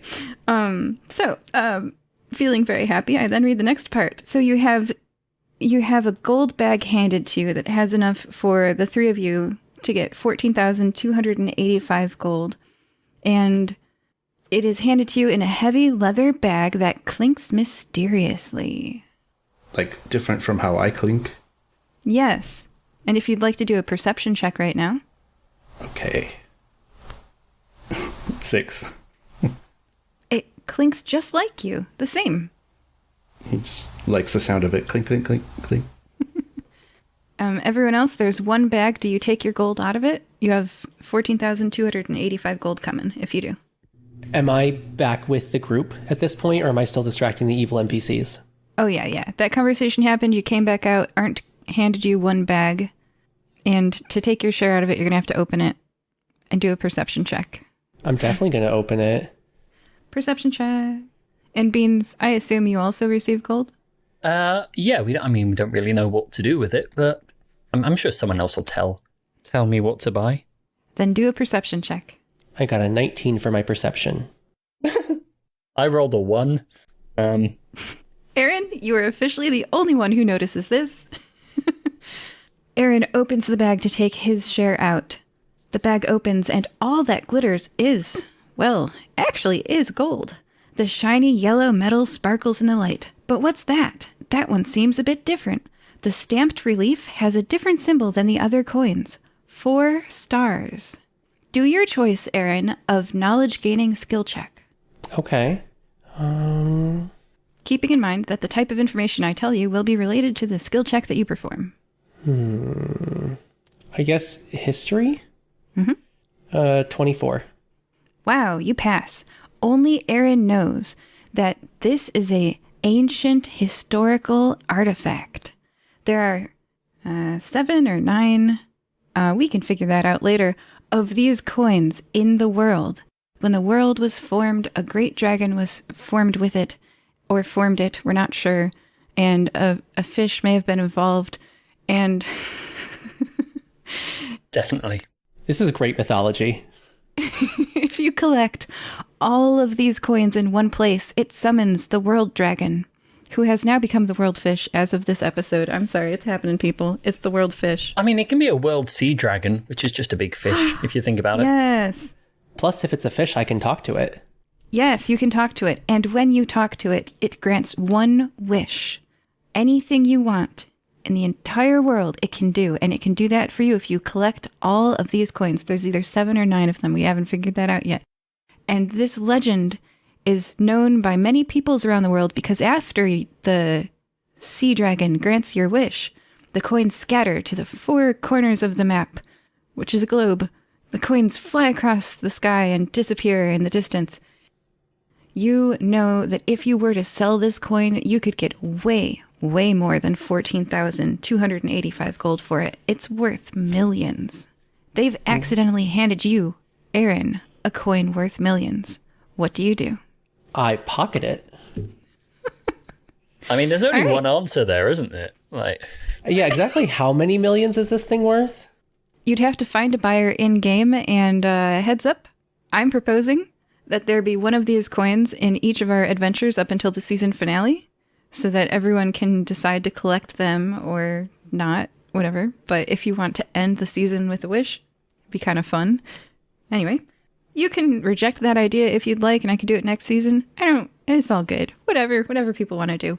well, I'm just going to write down World Dragon in case it comes up during the finale. And there might be a wish spell in the finale, so that's something to work towards or sell, whatever you want to do. But for the player, you can sell it for 300,000 gold if you want. But, I mean, that would be quite a waste. All right, continuing. What do you guys do? I don't know. It would make figuring out that episode a lot easier if we did sell it to really metagame. Oh, I've already got ideas of throwing it into my DM adventure coming up. Yeah, we can save them.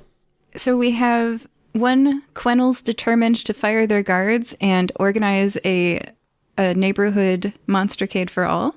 We have one group of guards that's received 14,000 gold and is about to go on their way with force, ensuring that they do that peacefully.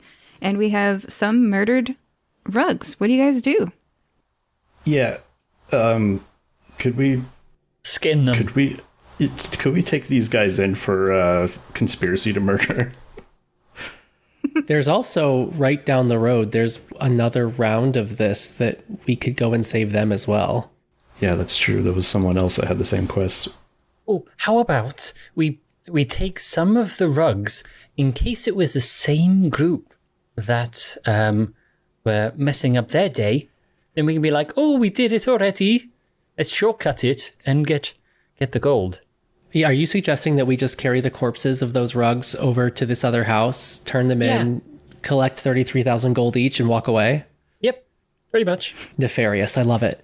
I mean, assuming it was like the same group that were doing it. If it's a different load of monsters, then we can take care of that. But just in case it was the same rugs, then yeah, why not? I mean, if we turn up and they're like, oh yeah, a load of rugs attacked us, and we go like, well, don't worry, we took care of it. And they're like, okay, where's the proof? We have to traipse all the way back here. No, thank you. Let's just drag a load of bloody rugs through the streets. I have a bag of holding. Oh no, we need to make a show of this. All right, okay. And let's face it would mess up the inside of the bag. You don't want that full of blood. All right, Monk, I'm going to let you do the dragging. I mean, I can do one, maybe, the little one. But what about these 4 murderers? I don't want to leave them here. Oh, that's a good point. You succeeded on your skill check, so the Quennels are officially going to have other guards come and escort them away and start a whole guard training program going on with the tax money that they're going to ask their neighbors to donate to. Like, if you want to be part of our collective insurance, you can't. You succeeded. That was heads up. That was the point of the adventure. Okay, so we can just hand wave that we waited till some other guards showed up. Yeah. Oh yeah, other guards showed up and escorted them out. I mean, feasibly, they could pay the tax for the entire city quite easily. They could. I love this team so much. You guys are awesome. I love everybody, though. Audience listeners and other podcast listeners. I love you all because you're all amusing. It is so funny. So that's the point. The point is the diversity of. It's all good. It's fun. Yeah. I just love that it's a flat tax for each person. Like, all the rich people are going to be like, of course we'll pay this. It doesn't scale to our income. Oh my God, yes.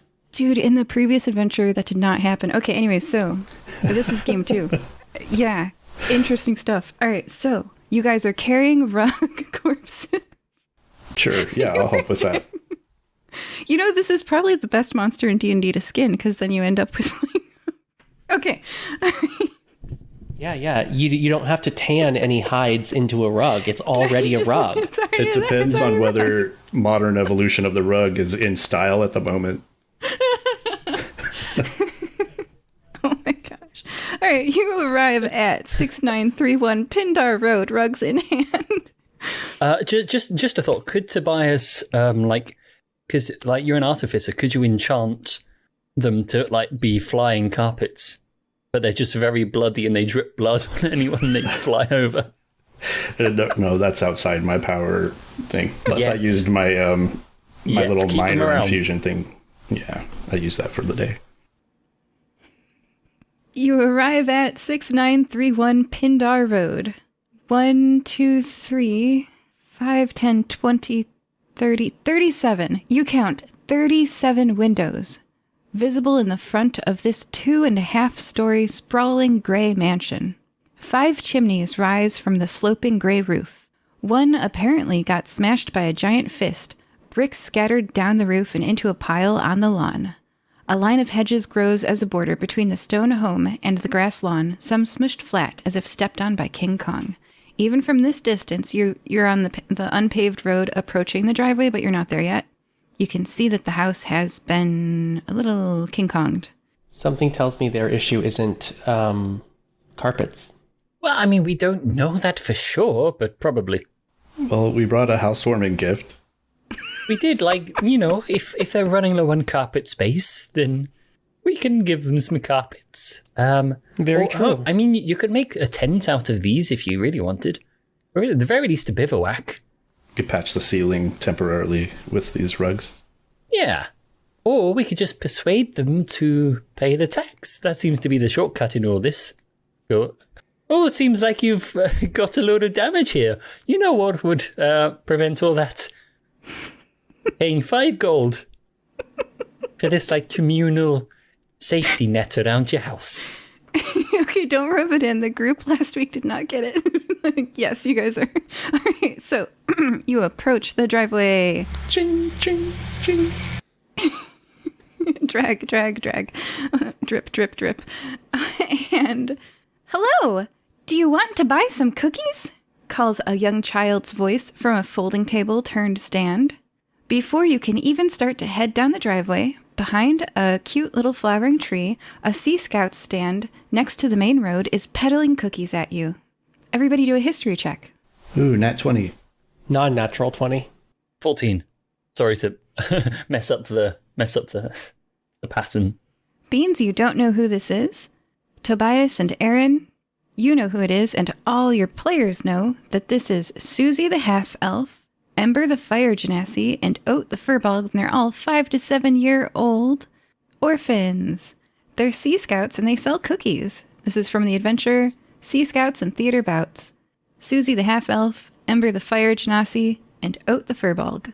Oat doesn't talk much, she's shy, but Ember and Susie talk a lot. Hello. Drop the curtain to wave high. Or the rug. It lands with a splat. Yeah. Long trail of blood behind us. Hi, do you want to buy some cookies? Oh, sure. What kind of cookies do you have? I'm sure there must be like a full list and maybe a song that goes along with it.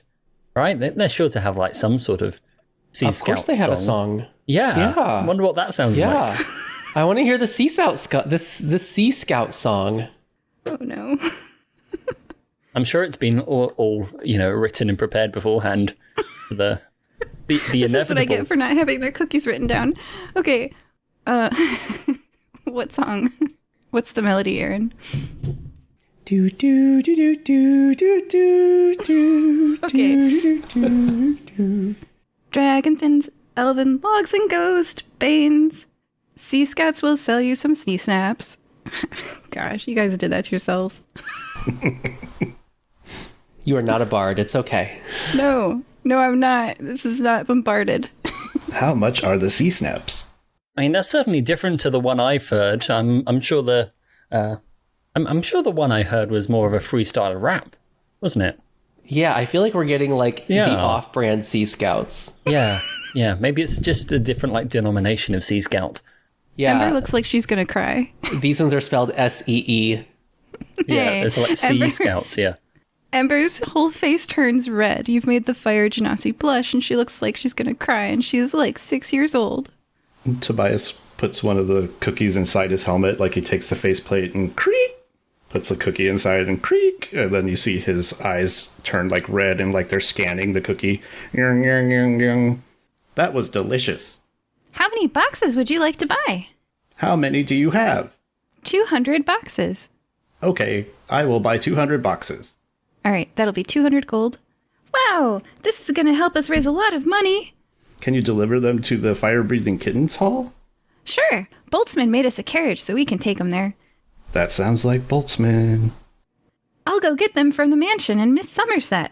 And then we'll donate these to charity so that people who get attacked by monsters can have some gold. Do you know about the monster that attacked this place? Yeah, that's why we're raising money for people who get attacked by monsters, because we wanted to help out. Oh, that's nice. It was really scary when it attacked. What was it? It was so big, I just saw a shadow and they all had me, they told me get in the safe room. Yeah, but now Miss Somerset says, don't worry, the guards got the monster, it's all safe here now. So we're selling cookies to raise money for people who've been hurt by monsters. Oh, okay, good. It sounds like maybe we should talk to Miss Somerset. Do you want to introduce us? Okay, fire-breathing kittens are friends, not strangers. Come on, come on in. All right, and you guys head towards the house. Aaron links arms with them and skips along to the song. Come on, vamonos. Everybody, let's go. Aww. So I'm going to say bond level, Tobias maximum bond, Aaron middle bond, and Beans minimum bond with the orphans. Okay. This is important for later. It's all right. I was doing some maths. Oh. On... Oh, no, I was... Because I had a thought earlier, because I've got the teleport combat-y thing. Oh. Well, you'll get a chance to use that later. Yeah. Okay. So You know how approach it the works. house. I'm doing maths. And you knock on the door. There's a white-haired woman. Do you all have a pen? You might want to write this down. There's a group of people in this house. There's a white-haired human woman, a half-orc man with beautiful long straight black hair, a male Goliath but with sandy-colored skin as opposed to rocky, and a war-forged sentient robot in a wheelchair. So just to repeat that, there's a white-haired human woman, a half-orc man with beautiful long straight black hair, a male Goliath but with sandy-colored skin as opposed to rocky, and a war-forged sentient robot in a wheelchair. And everybody do a history check on who the guards are in this front parlor. Woo, 7. 15. 11. Aaron knows, and then the players of the other two people know, but your characters, Tobias and Beans, do not. Crystal LeBlanc is the white-haired human woman. She has a sister, Punit, who likes to let people die in unfortunate theater accidents, including Crystal's fiancé. She met Aaron, and Aaron wished for her to meet her next big love in Love Fest, which is very nice of Aaron. Aaron, you know that. And the man with long black hair is Ayaz Okazaki. He met Beans and Dr. Crow III in But Tell Us About the Giant Worm. He works for Lily Reed when there's work to help people get secret identities and new lives, no questions asked. The male Goliath is Doobie Calamario. In the summer, he runs a fried squid shack on Skeleton Beach, and he met Aaron in Thirsty Beach. And then the wheelchair-bound sentient robot. Uh-oh. This Aaron is coming to your mind. He has incredibly strong arms and a test your strength chest tattoo. He used to work doing the test your strength on Skeleton Beach, but someone, Olive, mysteriously paid for his freedom because, what was that happened? Oh yeah, you brutally injured him. Okay, so if Aaron is present, read the following. The Warforged sentient robot in the wheelchair looks at you, Aaron, and stops moving. He had been wheeling around on the floor of the parlor. His metallic face has subdued emotional expression, but his strong arms grip the wheels tightly and rapidly. Without saying anything to you, he wheels around upon seeing your blue body with its memorable scarf outfit, rotates the wheelchair around, and flees back into the depths of the manor house. Sorry. Hey, Doobie, Crystal, how have things been? Aaron! Hi! Doobie does not remember you. He just sold you a squid. But you actually helped Crystal. You, I think, tied her up and then let her go. Sounds like me, yeah. Hi, I did not expect to see you again. What are you doing here? Well, we heard there was a big monster attack, so we came to help out. What about you? Yeah, Somerset Sunset hired us as guards here. How do you like your job? It's been pretty chill, except that there was a crazy day this morning. Okay, what happened? She looks fondly at the half-orc man with the long black hair and says, Ayaz was totally BA. He sealed the monster like it was nothing. Can you believe it? And Ayaz points to a plate that's on a stand in the hallway. Over there. It's not very close to you guys. It's being lit up by a light. It looks kind of like a ceramic plate, except that it's got the image of a monster on the front of it. And it's kind of far away, so you can't see the details. Okay, that's pretty impressive. Ayaz Okazaki responds, All in a day's work. Oh, Beans, it's been a while since I've seen you. How you doing? Do you want to come in for some tea? Awkward.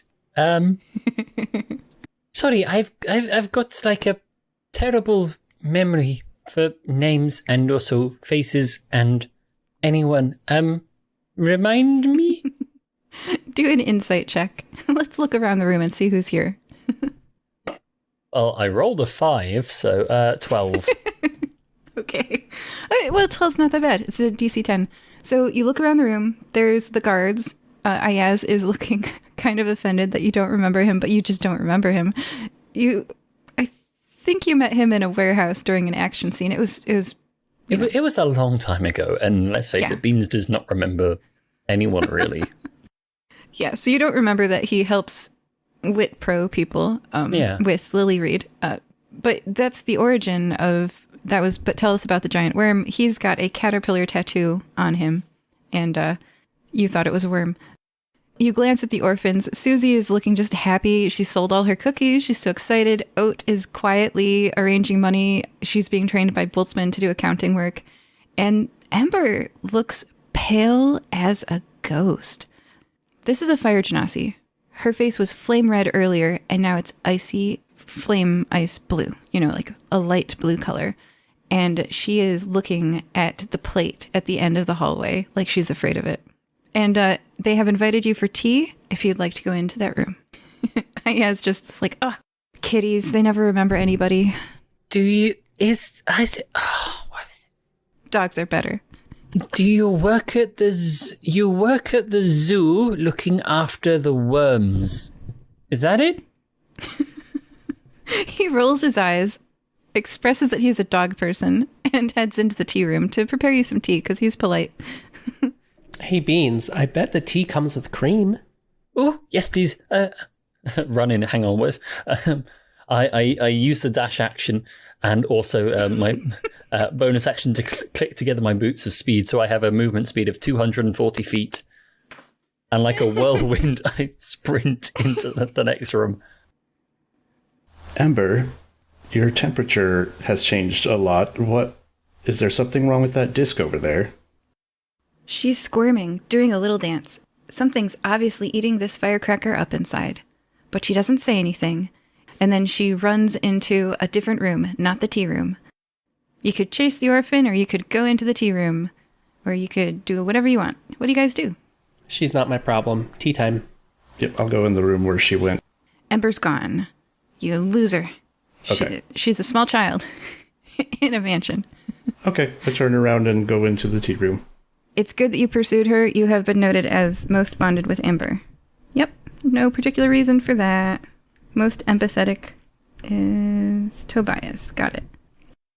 All three of you are in the tea room. There's a fire genasi woman there. You recognize her as Somerset Sunset. She's super wealthy and bought the Purple Boot Theater on a whim. You're all sipping tea. Beans is just a cup of milk. But loving it. But loving it. And you're chatting about the monster earlier today. Naturally inquisitive, I'm sure. Of course. Of course, of course. And Somerset says, Ayaz took care of it. Great job, Ayaz. You have been so helpful. I want to roll an insight check on Ayaz. Mm-hmm. Okay. I rolled a 6. What's my bonus? Okay, yeah, I only got a 7. He seems like a pretty upstanding dude. And is he looking at Crystal a lot? That's interesting. And that's all you can tell with your 7. Okay. But I do believe that at the end of Love Fest, you wished for Crystal to find her next big love. I did. And you would say that he seems like, based on your 7 insight, maybe he's a little into her, and he seems pretty cool. He has beautiful, shiny, long black hair, and took care of a monster earlier today, so. She could do worse. She could do worse. So that's the mental path you're on. Tobias opens his helmet again. He's listening to the conversation, but he takes out the cookie, which is still whole, of course, puts in a cup of tea, shuts the helmet.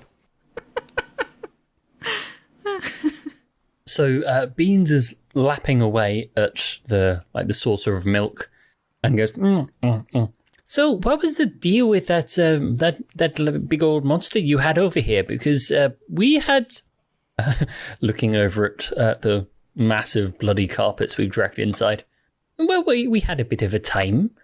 How what was the deal with yours? Oh, wow, those carpets are crazy. I've never seen anything like that. I'm going to rethink walking on the floors later today. Whew. No, ours was nothing like that, says Somerset. It was huge. It was massive. Yeah, but what was it? Shape? Long, tubular. It was a giant worm. Oh, no, that's okay. We've already... We've covered that. It's okay. Oh. No, I'm kidding. What? You serious? Yeah, but don't worry. Ayaz sealed it. I'm sure everything is fine now. Speaking of, you hear the sound of a crashing plate. Oh no. Exploding into pieces on the ground. There are screams of orphans and the roar of a giant worm. Let's go, guys. Joining us this time for part 1 were Aaron. I guess we'll handle that later. Tobias. This tea tastes like broken ceramic. And Beans. The worm is back again. Gonna eat you all up, because that's what worms do, apparently. Run away! Please leave us a review on iTunes, and we'll read it on air. We hope that you're enjoying this episode of the Fire Breathing Kittens podcast. Please leave us a review on iTunes.com. If you leave us a review, we'll read it on air. It's fun listening to the words of your review get read by the characters you know and love, so go to iTunes.com and leave us a review today. Can you think of someone who might enjoy this podcast? Please share it with them. Is their birthday coming up? A special anniversary? Would you like us to wish them a happy day on your behalf?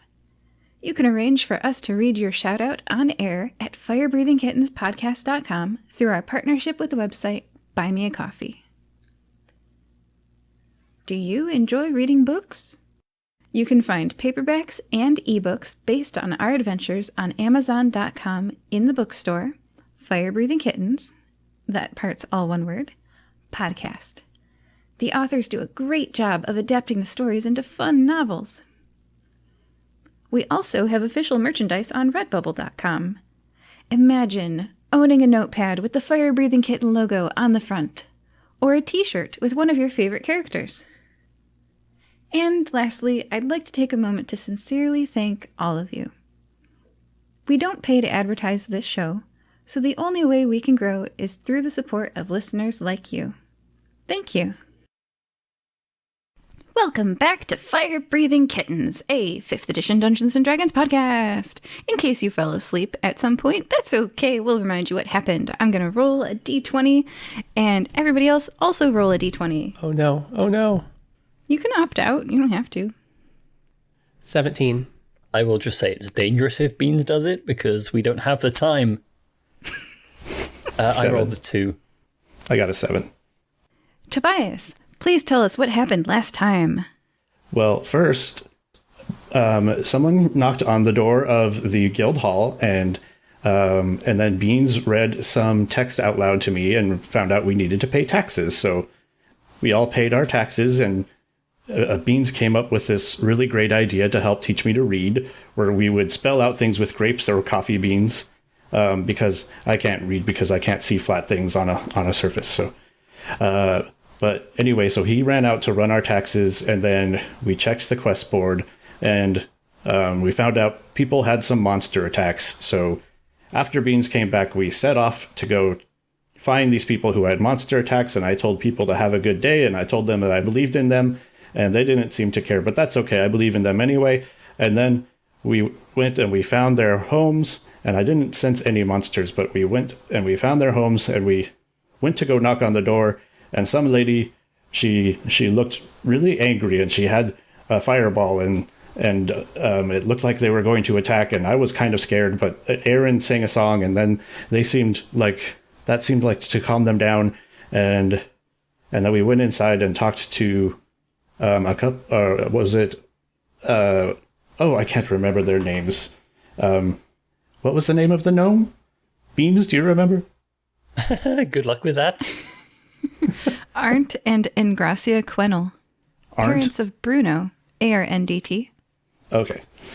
And they told us that they'd hired their own bodyguards instead of paying taxes, which I thought was interesting because they're paying a whole lot more for bodyguards. And I only paid 5 gold for taxes. And so they told us that they were missing 2 goblins from yesterday. So we tied a rope around me, and I made a whole lot of musical noises, and I walked out into the forest, and then I got attacked by a rug, and we fought a bunch of rugs, and the rugs tried to kill some of these guards, and the guards talked about killing the gnomes, and I kept telling them I believed in them, and they didn't seem to care about that, but after I heard them say they were going to kill the gnomes, I didn't believe in them anymore. And so we went, after we fought the rugs, we got our payment, but we told the lady about what happened, and we convinced her that it would be a lot easier to just pay the same taxes in the end. So after that, we went to the other house that had a monster attack, and we met some cute little girls who were selling cookies, and I bought all the cookies they had, and we went inside to talk about the monster attack, and I was trying some tea, but then it sounded like someone broke something, and in all the bustle, I broke the teacup inside my helmet, and that's where we are now. Right? Did I miss anything? That sounds great. Yeah, sounds about right to me. Thank you. And that brings us back to where we were. You hear a plate crash to the ground. You hear a roar of a giant worm. And you hear screams of orphans. You're all sitting in the tea room with Crystal, Ayaz, Doobie, and Somerset. What do you do? Well, first I wonder about the structural integrity of this house since we just unleashed a giant monster indoors, which has never worked out well in the past. I stand up and I look for the girls because I heard them scream. They're not in the room you're in. Okay. And the monster is not in the room either? The tea room is intact. The door is Okay. closed. There's the rest of the mansion beyond. What do you do? I run out of the room. And Let's to decide whose turn is when. Let's all roll initiative. Okay. Nat 20. 22. 25 for Beans. 7. So Tobias runs out of the room. Beans, you also have a chance to react. What do you do? Gather up whatever fish is available, stuff it in my pockets, and also run out of the room. I want to see a big giant worm. I suppose I'm also going to run out of the room and go try to find the worm. All right, you guys hear behind you Crystal, Ayaz, and Doobie saying, "Somerset, to the safe room!" And there's some bustling going on behind you, but you all run out of the room. You step into what used to be a entrance parlor with a ceiling. It doesn't have one anymore. Now you can see very far into the distance. There's trees and lawn and bushes, and a lot of them are squished because sitting on it all is a giant worm. For size proportion, if you can imagine a fruit fly flying through the air and landing on a giant banana. You are the fruit fly, and the giant banana is this massive purple worm. It stretches out. You can't see where it ends because it's taking up your entire view. But you can see where it starts. Rows and rows of teeth fill its mouth. And it roars. The children are screaming and running off across the lawn. You can see a little furbolg, a little fire genasi, and a little half-elf going as fast as their little 5-year-old legs can carry them, which is not very fast. Beans, you're up first. You're 20 feet away from this giant worm. Now, I have an out-of-character lore question. Now, is this the same giant worm as previously been encountered, or is this a different one? Because if it's the same one, then there are a lot of questions that jump to mind. So I was thinking it was a different one, and I would like to bow to you also being a DM and say if you want it to be the same one, it can, and I can work that in. But in my mind, this was a different giant worm. It would probably be a different one. I would agree with you. Okay. Because all right. the other worm is like defending an ancient civilization from outsiders. So Yes. if it was out doing something else, then either something horrible has happened in that ancient civilization. No. The thing is, now you know they exist. How many of them are there? Who knows? Maybe these are underground dragons, just turned into worms over the millennia. Yeah. Who knows? Anyway, Beans goes first. Okay, so I think, actually, how tall is said giant worm? If a human is a fruit fly and a banana is a giant worm, very, very tall. Okay. You can climb up on it, and you can grab on it, and you can climb up on top of it, if that's what you're asking. Yeah, well, monks can run up vertical surfaces, which I imagine counts as the Yeah. body of a giant worm. So we can just sprint right up its back onto the top of its head and just cling on for dear life. Like, okay, what do I do now? Yeah, you can. Beans dashes forward and ends up on top of the giant worm rodeo style. I'm thinking SpongeBob, people. Okay.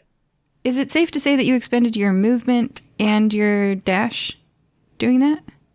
Yeah, well, movement, I can do 60 feet. If I dash, then I can get an extra... well, that doubles it, doesn't it? Up to 120 feet. Strictly Yeah. speaking, I could get it up to eventually 480 feet if I, activated everything, but I don't think it's going to be a 500-foot tall worm. So if 120 feet is enough, then Yeah. then we'll just do that. All right. Beans is on top of the giant worm. Is that the end of your turn? Yeah, aside from go, woohoo! This is everything I dreamed of. Someone, do a quick portrait, quick. Tobias, it's your turn. Okay, I wanted to ask, is the worm facing the girls that are running away? The worm is facing you. It is the facing mansion. me Yeah. in the mansion. Okay. But the girls look like they're getting away as far as I can tell. Yes. Okay. Oh, my word. Okay. Sorry, that was what I assumed my turn was going to be, was getting between the worm and the girls. So now I actually have to think. I'm sorry about that. That's okay. We're going to go to Aaron. Aaron, what do you do? Sure. So I am going to first off use my movement to get behind some broken wall, or I'm gonna fly up and try to hide behind something so I get at least half cover. And I believe I am still within 90 feet of this thing, correct? Are you taking the hide action? No, I am not. I am just moving myself to a position that naturally has cover, not necessarily using the hide action. I'm perching on a rafter or something. Do you have to use the hide action to get cover? No. It just depends on, if you happen to, walk behind, a collapsed wall or something, then it's not, Got it. strictly speaking, hiding. Hiding is that specific action. Half cover provides, disadvantage on, ranged things and all sorts of technical things you're about to read out. Yep, I already looked up the cover thing. +2 for half, +5 for 3/4. And if I can find full cover, if I'm completely behind a wall or something, I cannot be targeted at all. Mm-hmm. Yep. So you're aiming for half cover? Well, you tell me, what's in the room? Is there something wide enough for me to put my entire body behind it? Such as a broken wall or a very thick rafter or something that's at least 12 inches across. I'm going to give you 3/4 cover with a +5 bonus to your AC. But I'm not going to say Perfect. that you're not targetable because you're not hiding. Does that make sense? Okay. Perfect. And I am going to use first my bonus action to cast Hex, which I don't believe has a roll. It says you just place a curse. On the worm, it's going to take an extra 1d6 necrotic damage for each hit it takes. It is also going to get disadvantage on a certain ability. I'm going to choose Wisdom. Ooh, all right. Well, most of my things are wisdom saves. And then I'm going to cast... I can't do that this turn. I'm sorry. Next turn we'll do that.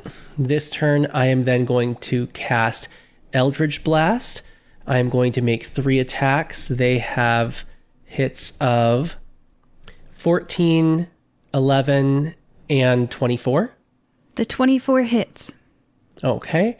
And 11 damage. What does it look like? What's your Eldritch Blast look like?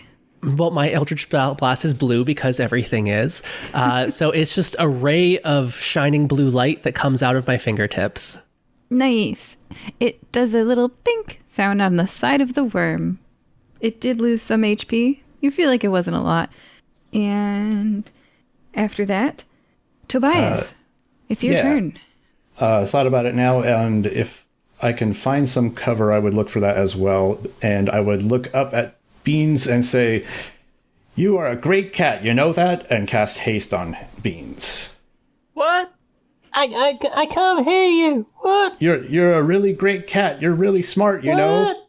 You're like a really lawyer and windy up and here. stuff, you know. You must accept the compliment. Should give you a +2 bonus to AC, advantage on Dex, and I think don't you get an extra action or something? Have a look. Yeah, you get an additional action each turn. Yep. Ooh. Beans, here's a compliment. and pretends not to, but is hasted. I mean, it is very windy up there. Like, if the worm's thrashing around from getting hit by Eldritch magic, then it's going to be like up there. I think realistically, we're not going to hear a huge amount, but you get the gist. You're like, oh, I feel a bit speedier. All right. Okay, so technically, if I wanted now, I could move 960 feet in a turn. Oh my gosh. But we'll test that a bit later. Yep. Is that the end of your turn, Tobias? Yes. All right. At the end of this round, how far are you all away from the giant worm? Beans is 0 feet on top of it. Tobias is... I'm still right at the edge of the building looking for some cover, so I'm still probably pretty close to the worm. Okay, let's say you also have a +5 to your AC. And how many feet are you away from it? However many feet the building is, I guess. How was that? Let's just go for 20. You are 20 feet away from the giant worm. Okay, and Aaron, how far away are you from the giant worm? I'll say I'm about 60 feet away. 60 feet away. Got it. It's the giant worm's turn. The first thing it does is it shrieks. It's gonna rear up. Unfortunately, it cannot get Beans in this because he's on its back. But all creatures within a 60-foot cone, which includes Aaron, that can hear the giant worm must succeed on a wisdom saving throw or be frightened by this giant worm. 19. Tobias is not afraid. He has orphans to protect. Okay, so 15. You fail. You are frightened for 1 minute. You can repeat this saving throw at the end of each of your turns, ending the effect on yourself with a success. A frightened creature has disadvantage on ability checks and attack rolls while the source of its fear is within line of sight. The creature can't willingly move closer to the source of its fear. Is casting a spell an attack roll? Some of them have attack rolls, others don't. Okay. It then tries to bite Tobias, because Tobias, you are only 20 feet away from it, so it moves slightly and is now 0 feet away from you and 40 feet away from Aaron and tries to hit you with a 27 to hit. Are you bitten? Yes. You take 22 piercing damage. Please make a dexterity saving throw. Okay. That's 11. I have a reaction I can take to add 4 to that. That's 15. You fail. The worm bites you, lifts up its head, tosses you in the air, and swallows you like a snack. A swallowed creature is blinded and restrained, and takes 16 necrotic damage at the start of each of the giant worm's turns. The giant creature can have any number of creatures swallowed at one time. You're inside the worm. That's a development. That's not good. Beans watches it happen. Okay, Beans, you're on top of it, so it's going to try to roll and crush you. Because if it can shake you off and pin you underneath it, it can do crushing damage to you. So I'm going to roll. Ooh, fun. Does a 31 hit you? I'd be surprised if it didn't. I'm kind of in automatic mode, so if I say something ridiculous, does a 500 hit you? Just let me. It's like, no, actually, 500 doesn't. Tiny brain, lots of math, keeping going. Okay, so the crush hits you. You take 20 bludgeoning damage, and you are also grappled and restrained until the giant worm moves. You can try to escape on your turn. It's then going to try to crush you again. Oh gosh, I think a 30 hits you. You take another 20 bludgeoning damage. Okay. And then it tries to stinger. Okay, so it's not close enough. It's only close enough to Tobias, but you got swallowed, so it can't stinger anybody this turn. Aaron, you're too far away to get stinger attacked. Thank God. My turn? Yeah. No, Beans. Beans, It's your turn. Okay, so how does escaping work? Please roll a what you would normally do to escape grappling, which I think is athletics or acrobatics, but I am not sure. I thought it was a raw strength check. Let me check. How to escape grapple. A grappled creature can use strength (athletics) or dexterity (acrobatics) check contested by the enemy. So you can use their skill proficiency bonuses. Player's choice. Okay. In that case, because I was just thinking of a weird way to get out of it. So am I like pins just on the ground now then? there's a worm on top of you, and there's like the floorboards of this room underneath you, and a bit like there's the foundation of the house smooshed right So next to the pretty bush in the much, yeah. ground. So What? pretty much Yeah. pretty much pinned on the ground then, yeah. Okay. Yeah, and it's like rolling, and your feet are getting crushed as it like rolls up your body, and you're like you're reaching out your hands and scrabbling at the ground to try to pull yourself out. Okay. Yeah, in that case, I will just... Is it using the action to get out? Or is it just a free action? Just working on the can I attack afterwards situation. I'm gonna go with you can just do this as a free action because I don't care. Cool. Speeding up combat. Why waste a whole round on doing nothing? Oh, yeah. Oh, here we go. And that's a 27. Describe what happens as you escape the worm. Well, what the worm forgets is that Beans is very small. So as it rolls over, there's like a small kink in its body, and very much like a Buster Keaton film, it it tries to crush it, but forgets about the tiny little kink, which was basically like a bean-sized, curls up into a little ball as it rolls over, and Beans kind of lays there, not unharmed, but very much not dead. There's a whole Japanese game show that is pose your body in the shape that's hole in the coming at wall, you. Yeah. Beans would be really good at that. Yeah. Okay, so I think it's more or less revenge time now. I pre-rolled because there's quite a lot, because I have an extra action now, which I can use for 2 attacks. So, because I don't actually have enough d20s to to roll these. Oh, okay, that's handy.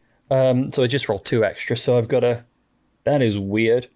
Sorry, so I've basically got 6 attacks to play with. And 4 of those... And because of the hex, right? That is right. Plus You get a d6 advantage. on each hit. I actually checked hex. It's only Aaron that gets the extra d6 because it says you get. Got it. Thank you. But yeah, weirdly enough, 4 of those I rolled 17 on, so those are all 28s. To let you know, the armor class of this giant worm is 21.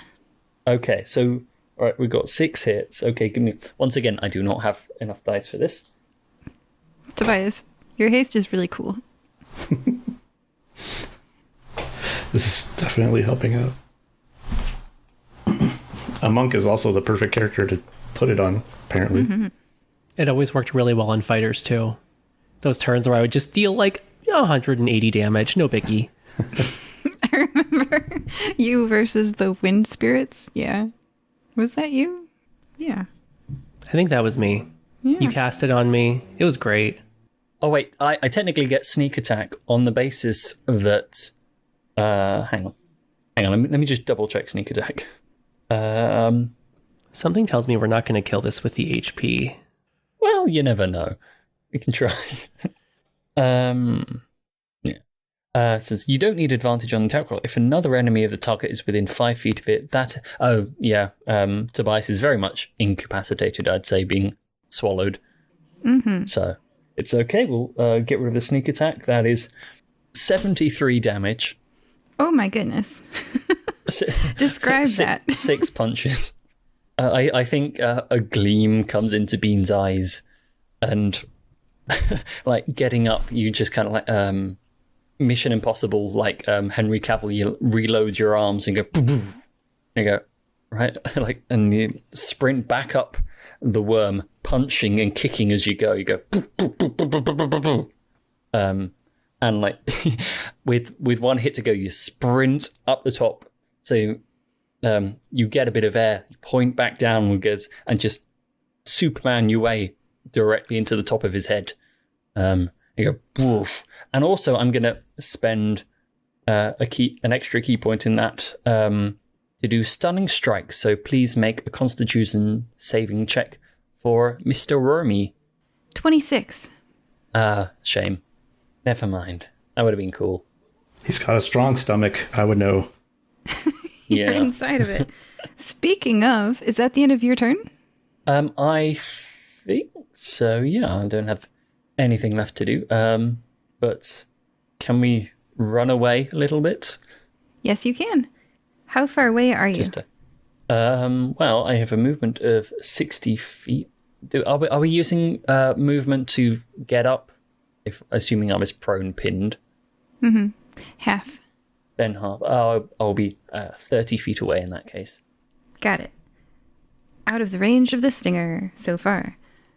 Tobias, it's your turn. You're inside a giant worm. The worm is digesting you. Okay, gross. You are blinded and restrained, which means that your attacks have disadvantage.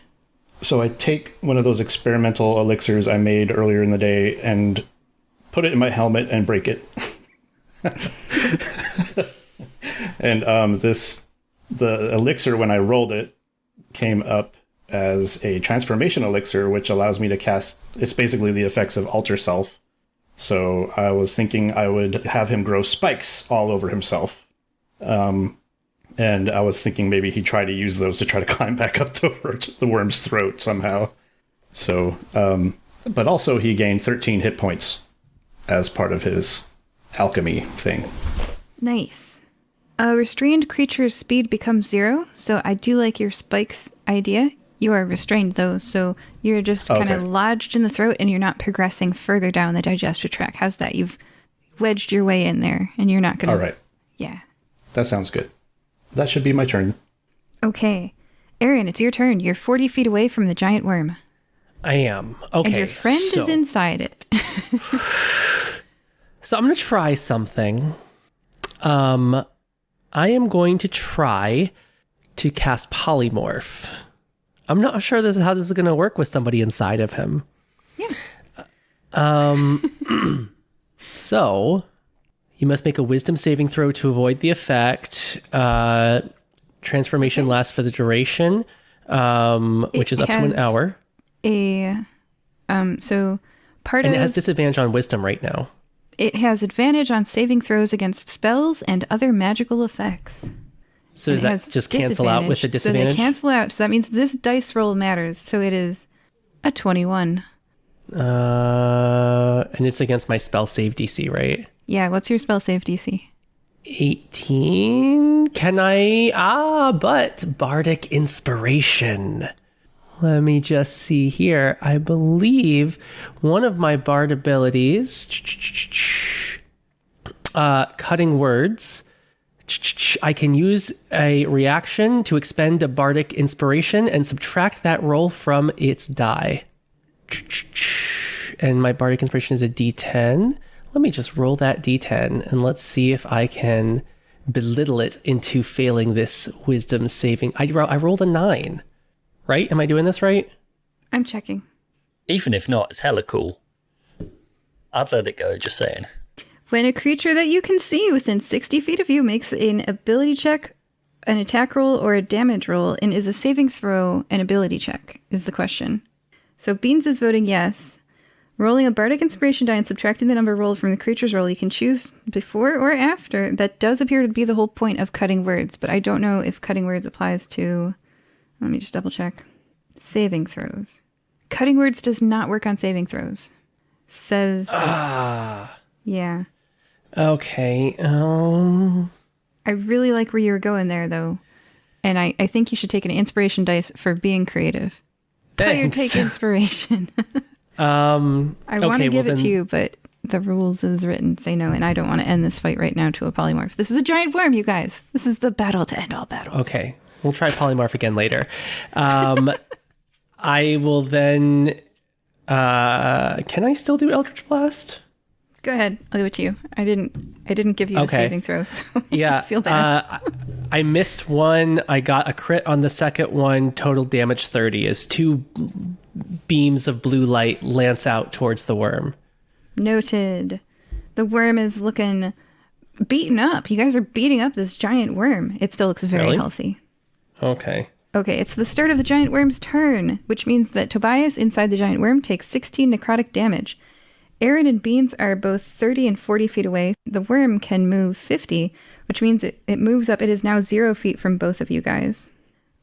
Because it's got a tail and a head. So it is a long worm. So it is near both of you. Okay. It's going to try to bite Aaron. I think an 18 plus 16 hits you, right?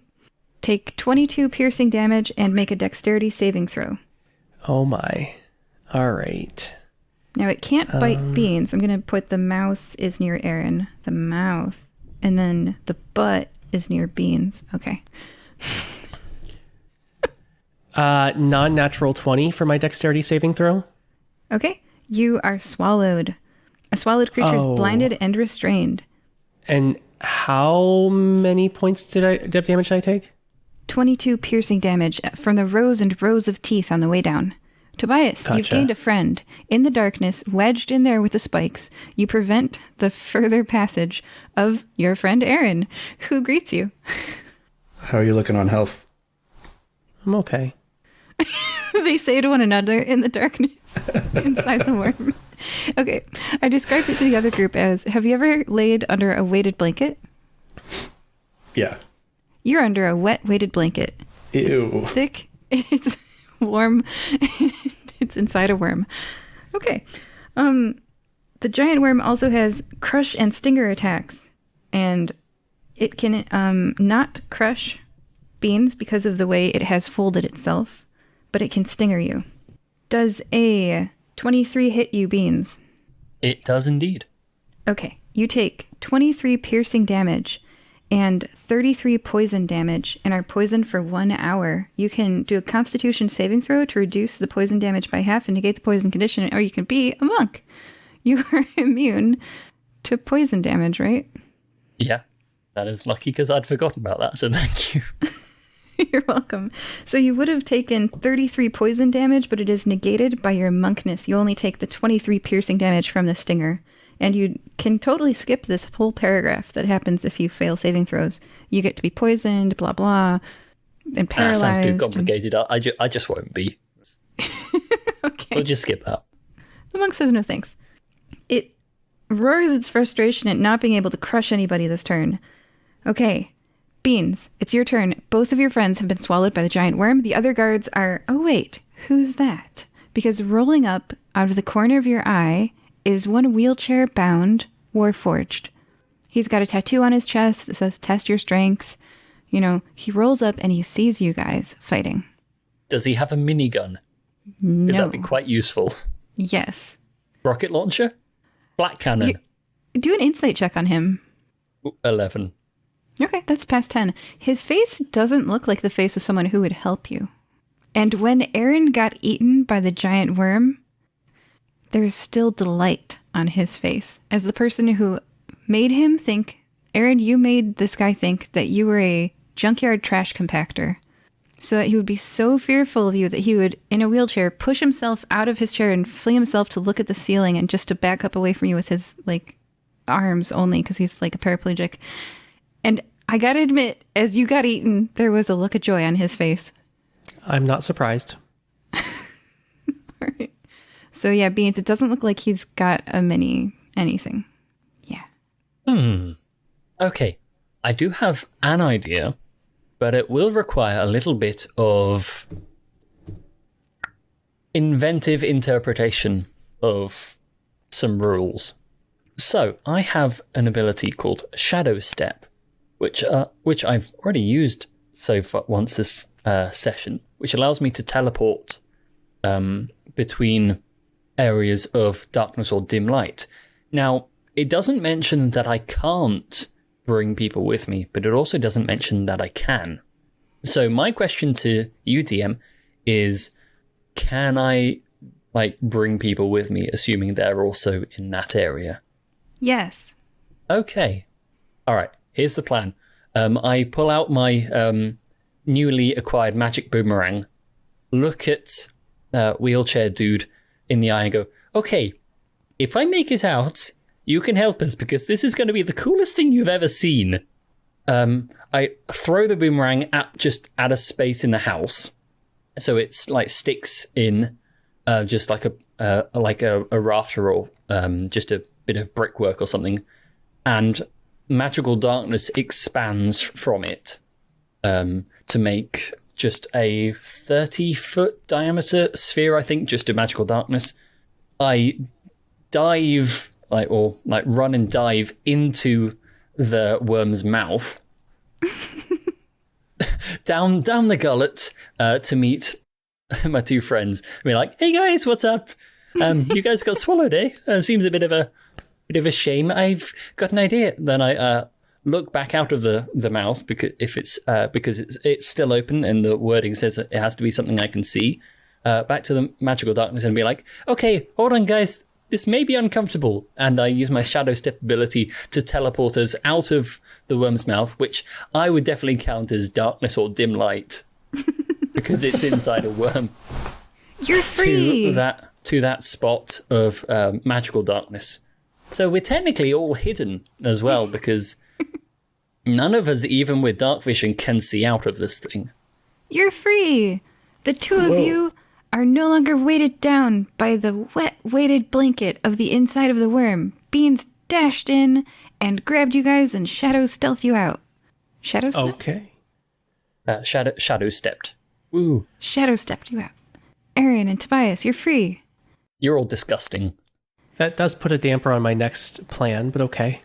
I mean, you can go back. I can leave you in there if you want. No, that's I'm fine with it. See, I told you you were a pretty great cat. See?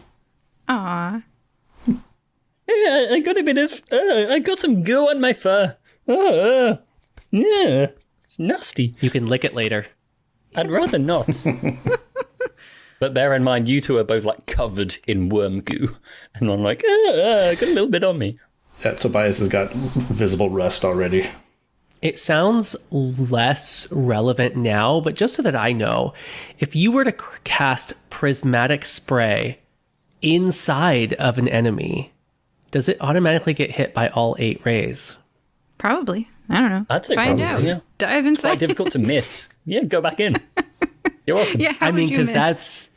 that is 80 d6, I think, damage. Well, guess what? Tobias, it's your turn, and then Aaron, you're up after that. Tobias, go ahead. Okay, Tobias, let's see if this spell requires touch. No, it doesn't. Okay. Gives Aaron Sanctuary. Should make it so that any attack against you forces the attacker to make a wisdom saving throw. Nice. You feel protected, Aaron. You feel like your friends teleported you out of a giant worm and then cast Sanctuary on you. You have the best friends. Aww. And it's your turn. Right? Is that the end of your turn, Tobias? That was a bonus action. So actually, yeah, I will go ahead and summon another one of those burning orbs right there in front of the giant worm. Flaming sphere. Nice. So it makes a dex saving throw. Burning things. You're a true fire-breathing kitten.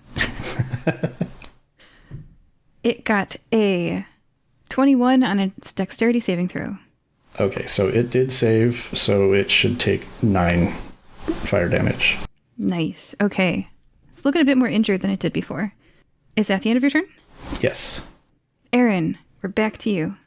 Okay, well, I'm not inside of it, so I'm not going to do what I thought I was going to do before. Well, you can run up to its mouth and just peek your arms in. Just go. Yeah, well, actually do that. and it's going to get hit by all 8 rays, really? I mean, it says each creature in a 60-foot cone must make a dexterity saving throw for each roll. Roll a d8 to determine which color ray affects it. And it says 8 rays. So. But what I'm saying is, if you do it in such a way that yeah, I mean, it's going to get hit by all 8. Yeah. Okay. So Aaron runs. He's like, "No, don't save me," and runs back in. Yeah, I'm gonna wait, guys. I left something in the worm. My watch. I gotta go back for it. I'm gonna run in, and poke myself into its mouth again while it's distracted. And you've got a lot of cavities in here, dude. And it's going to make a dexterity saving throw. How does it dodge? You're in its mouth. It fails. Okay, cool. So then that is, let's see, 6 of these deal a 10d6 of different kinds of damage. So let me just do that all at once here. So we're all about to get worm goo on us. 60d, right? 60d6? Yeah. Just to let you know, it had 147 hit points left. And Aaron, you did. Okay. Let me just change that to 60 of these. 60 d6. 190 damage. Negative hit points. So I just blast it to smithereens from the inside out. You see rays of light piercing from different sides of it. I think the worm would just inflate. It just gets bigger and bigger and bigger, and then it just bursts. All the goo covers the rest of the house. Yeah, and the surrounding area, including all of us. We just get everyone just gets covered in steaming goo, and the person in the wheelchair is really pissed off at you again. And I'm glaring at him. He rolls out of the room. He's like, ah! And he rolls into where the safe room is. And he's steaming in more ways than one. Yeah, and Beans was all like, I have a little bit of goo on me. And Aaron was like, I can change that. The worm is dead. And it's kind of sad because it's like you guys were searching after that cryptid for so long and you found out they existed. And then what'd you do? Blew it up. And now there's no evidence that there was a giant worm. Speaking of evidence, Aaron is going to cast Prestidigitation to clean our clothing. And you're all perfectly clean. And there is no... I love this, that there is no proof a giant worm was ever here. Tobias is going to sit down and continuously cast Mending on himself. I mean, I feel like the corpse is going to be a lot to handle, but... the corpse is goo that's slowly running downhill out of this room.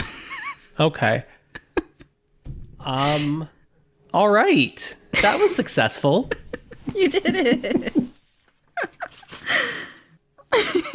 In the eerie silence that follows, with the little drips and drops of worm raining down from the ceiling, every now and then a bit of worm condenses and collapses from the ceiling, you realize that you're the only ones in this room. The orphans reached the tree line, and Xavier rolled into the room with the safe room, and the other guards are not to be seen. What do you do? Oh, you guys got a portrait of me up on the worm, right? You had time to do that, right? Yeah. Let's go find Somerset, real soon, before her guards do. Okay. It's weird that they didn't help, right? Well, now we don't have to split the gold with them. All right, let's go. All right, you're exploring the mansion. You go back to the tea room, and you find another door. I open it. There's another room and another door. You're exploring and exploring. Everybody do a perception check, and let's see if you find... Or investigation. That's the right skill. An investigation check, and we'll see if you find the safe room. 28. Investigation... 18. The beans? 21. Tobias, you are by far the best investigator. You open a cabinet and find a tiny crying orphan. It's been some time and they've come back from the trees and they're hiding inside. They're the forest is also full of monsters. Oh, okay. This is one of the cookie selling children. Yep. Some time has passed. It's okay. The monster's gone now. Aw. Across the room, a cabinet opens and the furbolg comes out. And then from underneath a table, and by the way, Tobias is alone for this. Your friends are in another room, easily within shouting distance, but for this scene, you're alone. So there's a fire genasi who is just bawling, and a half-elf who seems to have their stuff together, and the furbolg who never really talks and seems fine. You're not sure if they know there's danger. It's okay. The monster's gone. Mr. Aaron got it. Ember's face is bright red and tears are welling in her eyes. It's my fault. It's my fault. We almost died. She sobs, wailing. Why do you say that? She's sobbing so hard that she can't breathe or form words. I think we know what she did. I'm sure it's not your fault. No, it really is. It's my fault. I'm sorry. Are you a giant worm that crashes into things and eats people?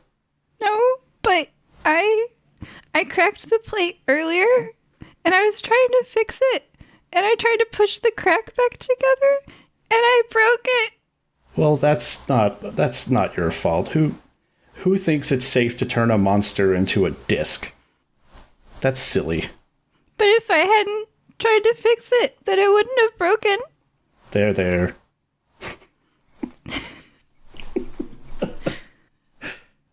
I'm not sure Tobias knows anything more to say. Okay, your two friends walk in the room. What do you say to them? These little ones seem distressed. They think it's their fault because the plate was broken. I told them it's not their fault. They're not a giant worm.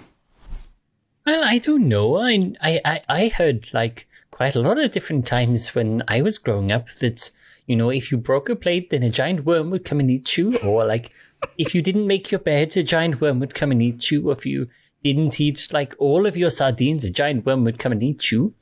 So I think it checks out. Beans. Shh. That's not nice. What? What? Just casually observing these three girls. How do they seem? Like, how's their emotional state? Ember is sobbing. She's been comforted a little bit by Tobias, but she's not certain if it was her fault or not. And then, now that Beans has added that everything, really anything you do, could release a giant worm, you watch Erin as her emotional state calms and smoothens, and she says, okay, well, if I told you guys and you say that it wasn't my fault, then it wasn't my fault. Okay, I just won't tell anybody else. That's okay. Yeah, that's okay with me. Okay. I will not have to spell her into calmness. Erin and children. Quiet child. I was gonna use Song of Rest and sing to her about how it's not her fault. Okay. I mean, you can do that if you want. Nah. All right. Hey, Ember, can you tell us where Somerset is? Where's this safe room? We really got to talk to her. She sniffles and says, yeah, I can take you there. Okay, so you're following the orphans. All right, the huge mansion is completely silent. You enter a room led by the orphans. No one is here. There are doors on the left and the right. Oh, holy crap. Okay, sorry. Something just touched me. I was not okay with that. Okay, all right. It was a piece of foam. It's fine. Okay. All right. She guides you into another room, and as you enter this one, roll, roll, roll, the unmistakable sound of wheels on floor. Xavier Tinman, the handicapped robot, is rolling up to a bookshelf. He pulls on a book, but instead of coming off of the shelf, it pivots and the adjacent wall pops open with a clip. Xavier tugs on the wall and calls inside. It's all clear, Miss Sunset. I punched the worm to death with these two fists. Ha ha! From inside, you hear Sunset, the wealthy fire genasi, call back. Oh, well done. That's a relief. She emerges and says, I guess we didn't need fire-breathing kittens after all. Why did you lie to her just now? It's not good to teach children to lie. Xavier whirls around on his wheelchair and faces you. Ah, it's Erin and friends. Confronted. Do an intimidation check, Tobias. Oh. Not bad. 17? Okay. Confronted and intimidated, he backs down and says, just kidding. It was the fire-breathing kittens who did it. I wasn't involved. I didn't even help. Yeah, that's right. Mr. Beans here punched the worm a whole lot, and then Erin shredded it with some kind of magic. Oh yeah, it was a lot of fun. We all had a picnic inside of the worm, and then it started to get a bit gooey, so I got everyone out, and yeah, Aaron exploded it. You may want to get some cleaners in. Oh yeah, you guys have trailed goo along with you, because as you walked out of that room, you're prestidigitated mostly clean, but if you look behind your ear and then on your feet, there's definitely some blood, very colorful blood. Still have rust spots. I'm thinking necrotic damage was for him rust. Yeah. Yeah. So the house smells like it got misted worm in it. Lovely. Yeah. All right. Well then. Footsteps pound on the floorboards. A large group is rushing in, and these people are moving in formation. You can tell they were clearing one room at a time. They're just slower than you. You guys are awesome. A white-haired human woman, a half-orc man with beautiful, long, straight black hair, and a male Goliath but with sandy-colored skin as opposed to rocky, approach from the direction of where the worm had already been killed by the time they reached there. The white-haired woman is holding 2 semicircle halves of a disc, clearly shattered, looking indignant. She sees that Xavier is already in the room with Miss Somerset, and does some quick deductive reasoning. "You!" Crystal exclaims, pointing at the wheelchair-bound robot. "You're in here! You must have done this, everyone! Xavier broke the seal!" Ayaz, the half-orc with long black hair, shouts, "He must have released the worm so he could distract us and steal from Miss Somerset!" I don't think that's what happened. Hang on. So, wait, so why would he why would he need to steal from, and what? Explain. You're surrounded by priceless artifacts, by the way. This is a super wealthy lady in a very big mansion, so it is very easy for anyone to just pick up a gold vase and walk out. Oh, is that right? Okay, sleight of hand check, please. Oh, absolutely. You get Oh, nat 20. 100,000 gold candlesticks. Jack, be nimble, Jack, be quick. Jack just got some candlesticks. Go, why would anyone want to take anything? Just... What were those made out of? Adamantium? Gold. Dang. just slip into the poncho pockets. Why would anyone want to steal anything? So Tobias Shame said, on I don't you. think that's what happened. Oh, wait, no. Yes, that's what happened. 16 plus 14, so Are we non-natural all stealing 30. stuff? Are we all stealing Okay. stuff? Yes. All right. Aaron pockets 100,000 gold set of cutlery. And good help is so hard to find, sighs Somerset. Guards, take him away to the Nicomoy police. He'll serve time for trying to steal from me. You'll repay this property damage, she waves. The house smells very much like worm. My house is all smashed up because of you. She furrows her brows and now looks really angry as she thinks, what if one of the children had gotten hurt? You can tell Miss Sunset has resolved to prosecute to the fullest extent of the law. Oh, so she does care about these children? Yeah, man, she cares about these orphans. They come visit her because they're her friend. Oh, okay. She gives them hot food and takes them out shopping for clothes and takes them to the, lets them read in her library. Yeah. Okay, so them running away was because they ran away. For some reason, in my mind, the fact that she went to her safe room right away just made me think, I shouldn't even give 2 craps about them. But on the other hand, if they were running away, that makes sense. She's definitely going to have a self-reflection moment where it's like, you should have caught the baby when it was falling, but instead you ducked yourself moment. Yeah, These are not her own biological children. And yeah, she's going to have some self-reflection for why she didn't make sure they got in the safe room too. Yeah. But no, she does like them. Beans is going to do another sleight of paw check to slip an attorney card to Xavier for legal defense. All right. It's got contact details and everything. It just says better call Beans. What's the theme song go for Better Call Saul? Anyway, so yeah, you better call Beans. Would anyone like to do anything else? Oh, she's got to give you some money, huh? Okay. All right. She stands up and, after having checked on the children, reassured herself that they were okay, knelt down next to them and was like, are you kids okay? And then stands up and shakes your hands, fire-breathing kittens, and hands you a paper promissory note you can exchange for 100,000 gold at a bank. That amount of gold weighs a literal ton. Oh, wow. Yeah, he thinks that's cool, but he goes directly back to talking to the girls. He thinks they're cooler. He's talking to them about Boltzmann's cart. Oh, it has an eye? Really? It does. An arcane eye. A cyborg eye. An android eye? I don't know. Anyway, so, and that concludes this adventure unless there's anything else you guys want to do. I've got some I think at epilogues this for point you. we kind of need to hire an accountant. Joining us today were... actually, let me do the epilogues. I'll do the joining us stuff after. Okay. Also, no need for an accountant. I've been keeping track. Good. All right, epilogue time. If the heroes convinced the Quennels to fire Bruce, Titus, Grack, and Spork. Did you guys? Yeah. Yeah, well, it's a good yeah. thing you did, because if the heroes convinced the Quennels to fire Burn, Titus, Grack, and Spork, it's a good thing you convinced the Quennels to fire those evil NPCs. Those 4 were bad news. Because the Quennels fired their guards and hired different ones, the plan to murder the gnomes and steal all their money was foiled. You saved the Quennel family. Good job! Orin passively benefits because his school friend Bruno's parents didn't die. Aww. Oh. If you let Xavier get arrested, the wheelchair-bound, war-forged sentient robot goes to jail for a crime he didn't commit. He is swiftly found Well, I mean, guilty. he's going to get defense, right? You know, he's going to get some legal defense. Oh, So, okay. All right.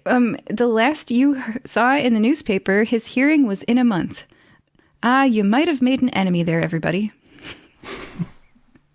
I mean, he was already Aaron's enemy, and Beans is going to help out with the defense. So, you never know. Okay.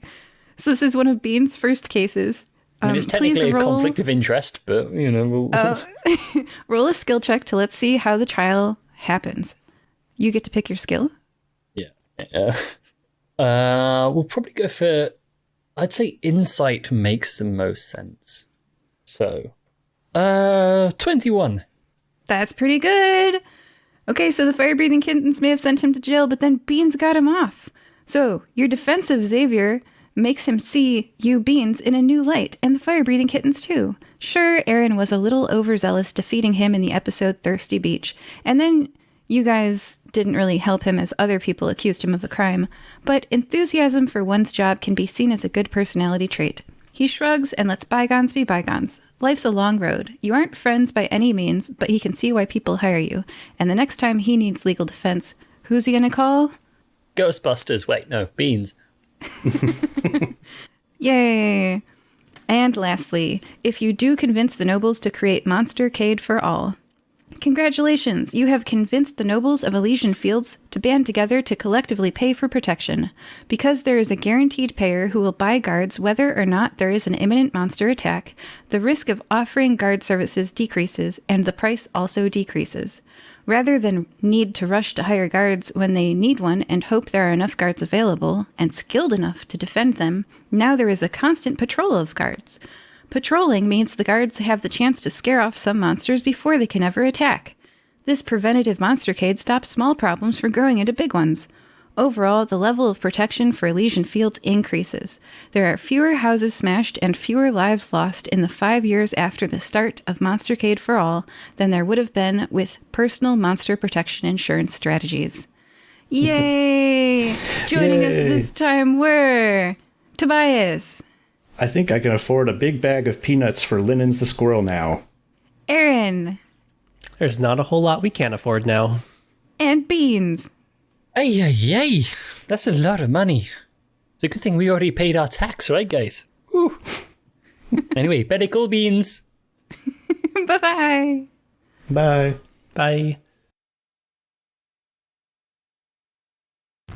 Today, on This American Dice, we bring you an actual play podcast that turns the at-the-table experience of a role-playing game into a radio drama featuring music, sound effects, and heavy doses of both drama and comedy.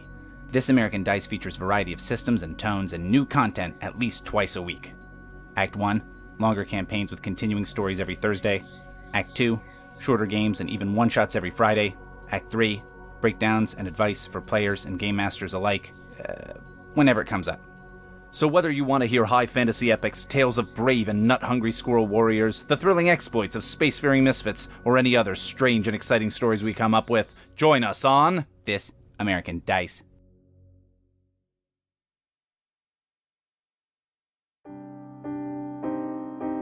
The unexamined life is not worth living. The unexamined life is not worth living. The unexamined life is not worth living. The unexamined life is not worth living. Cross-examined life is about asking better questions. You don't need the college structure for that.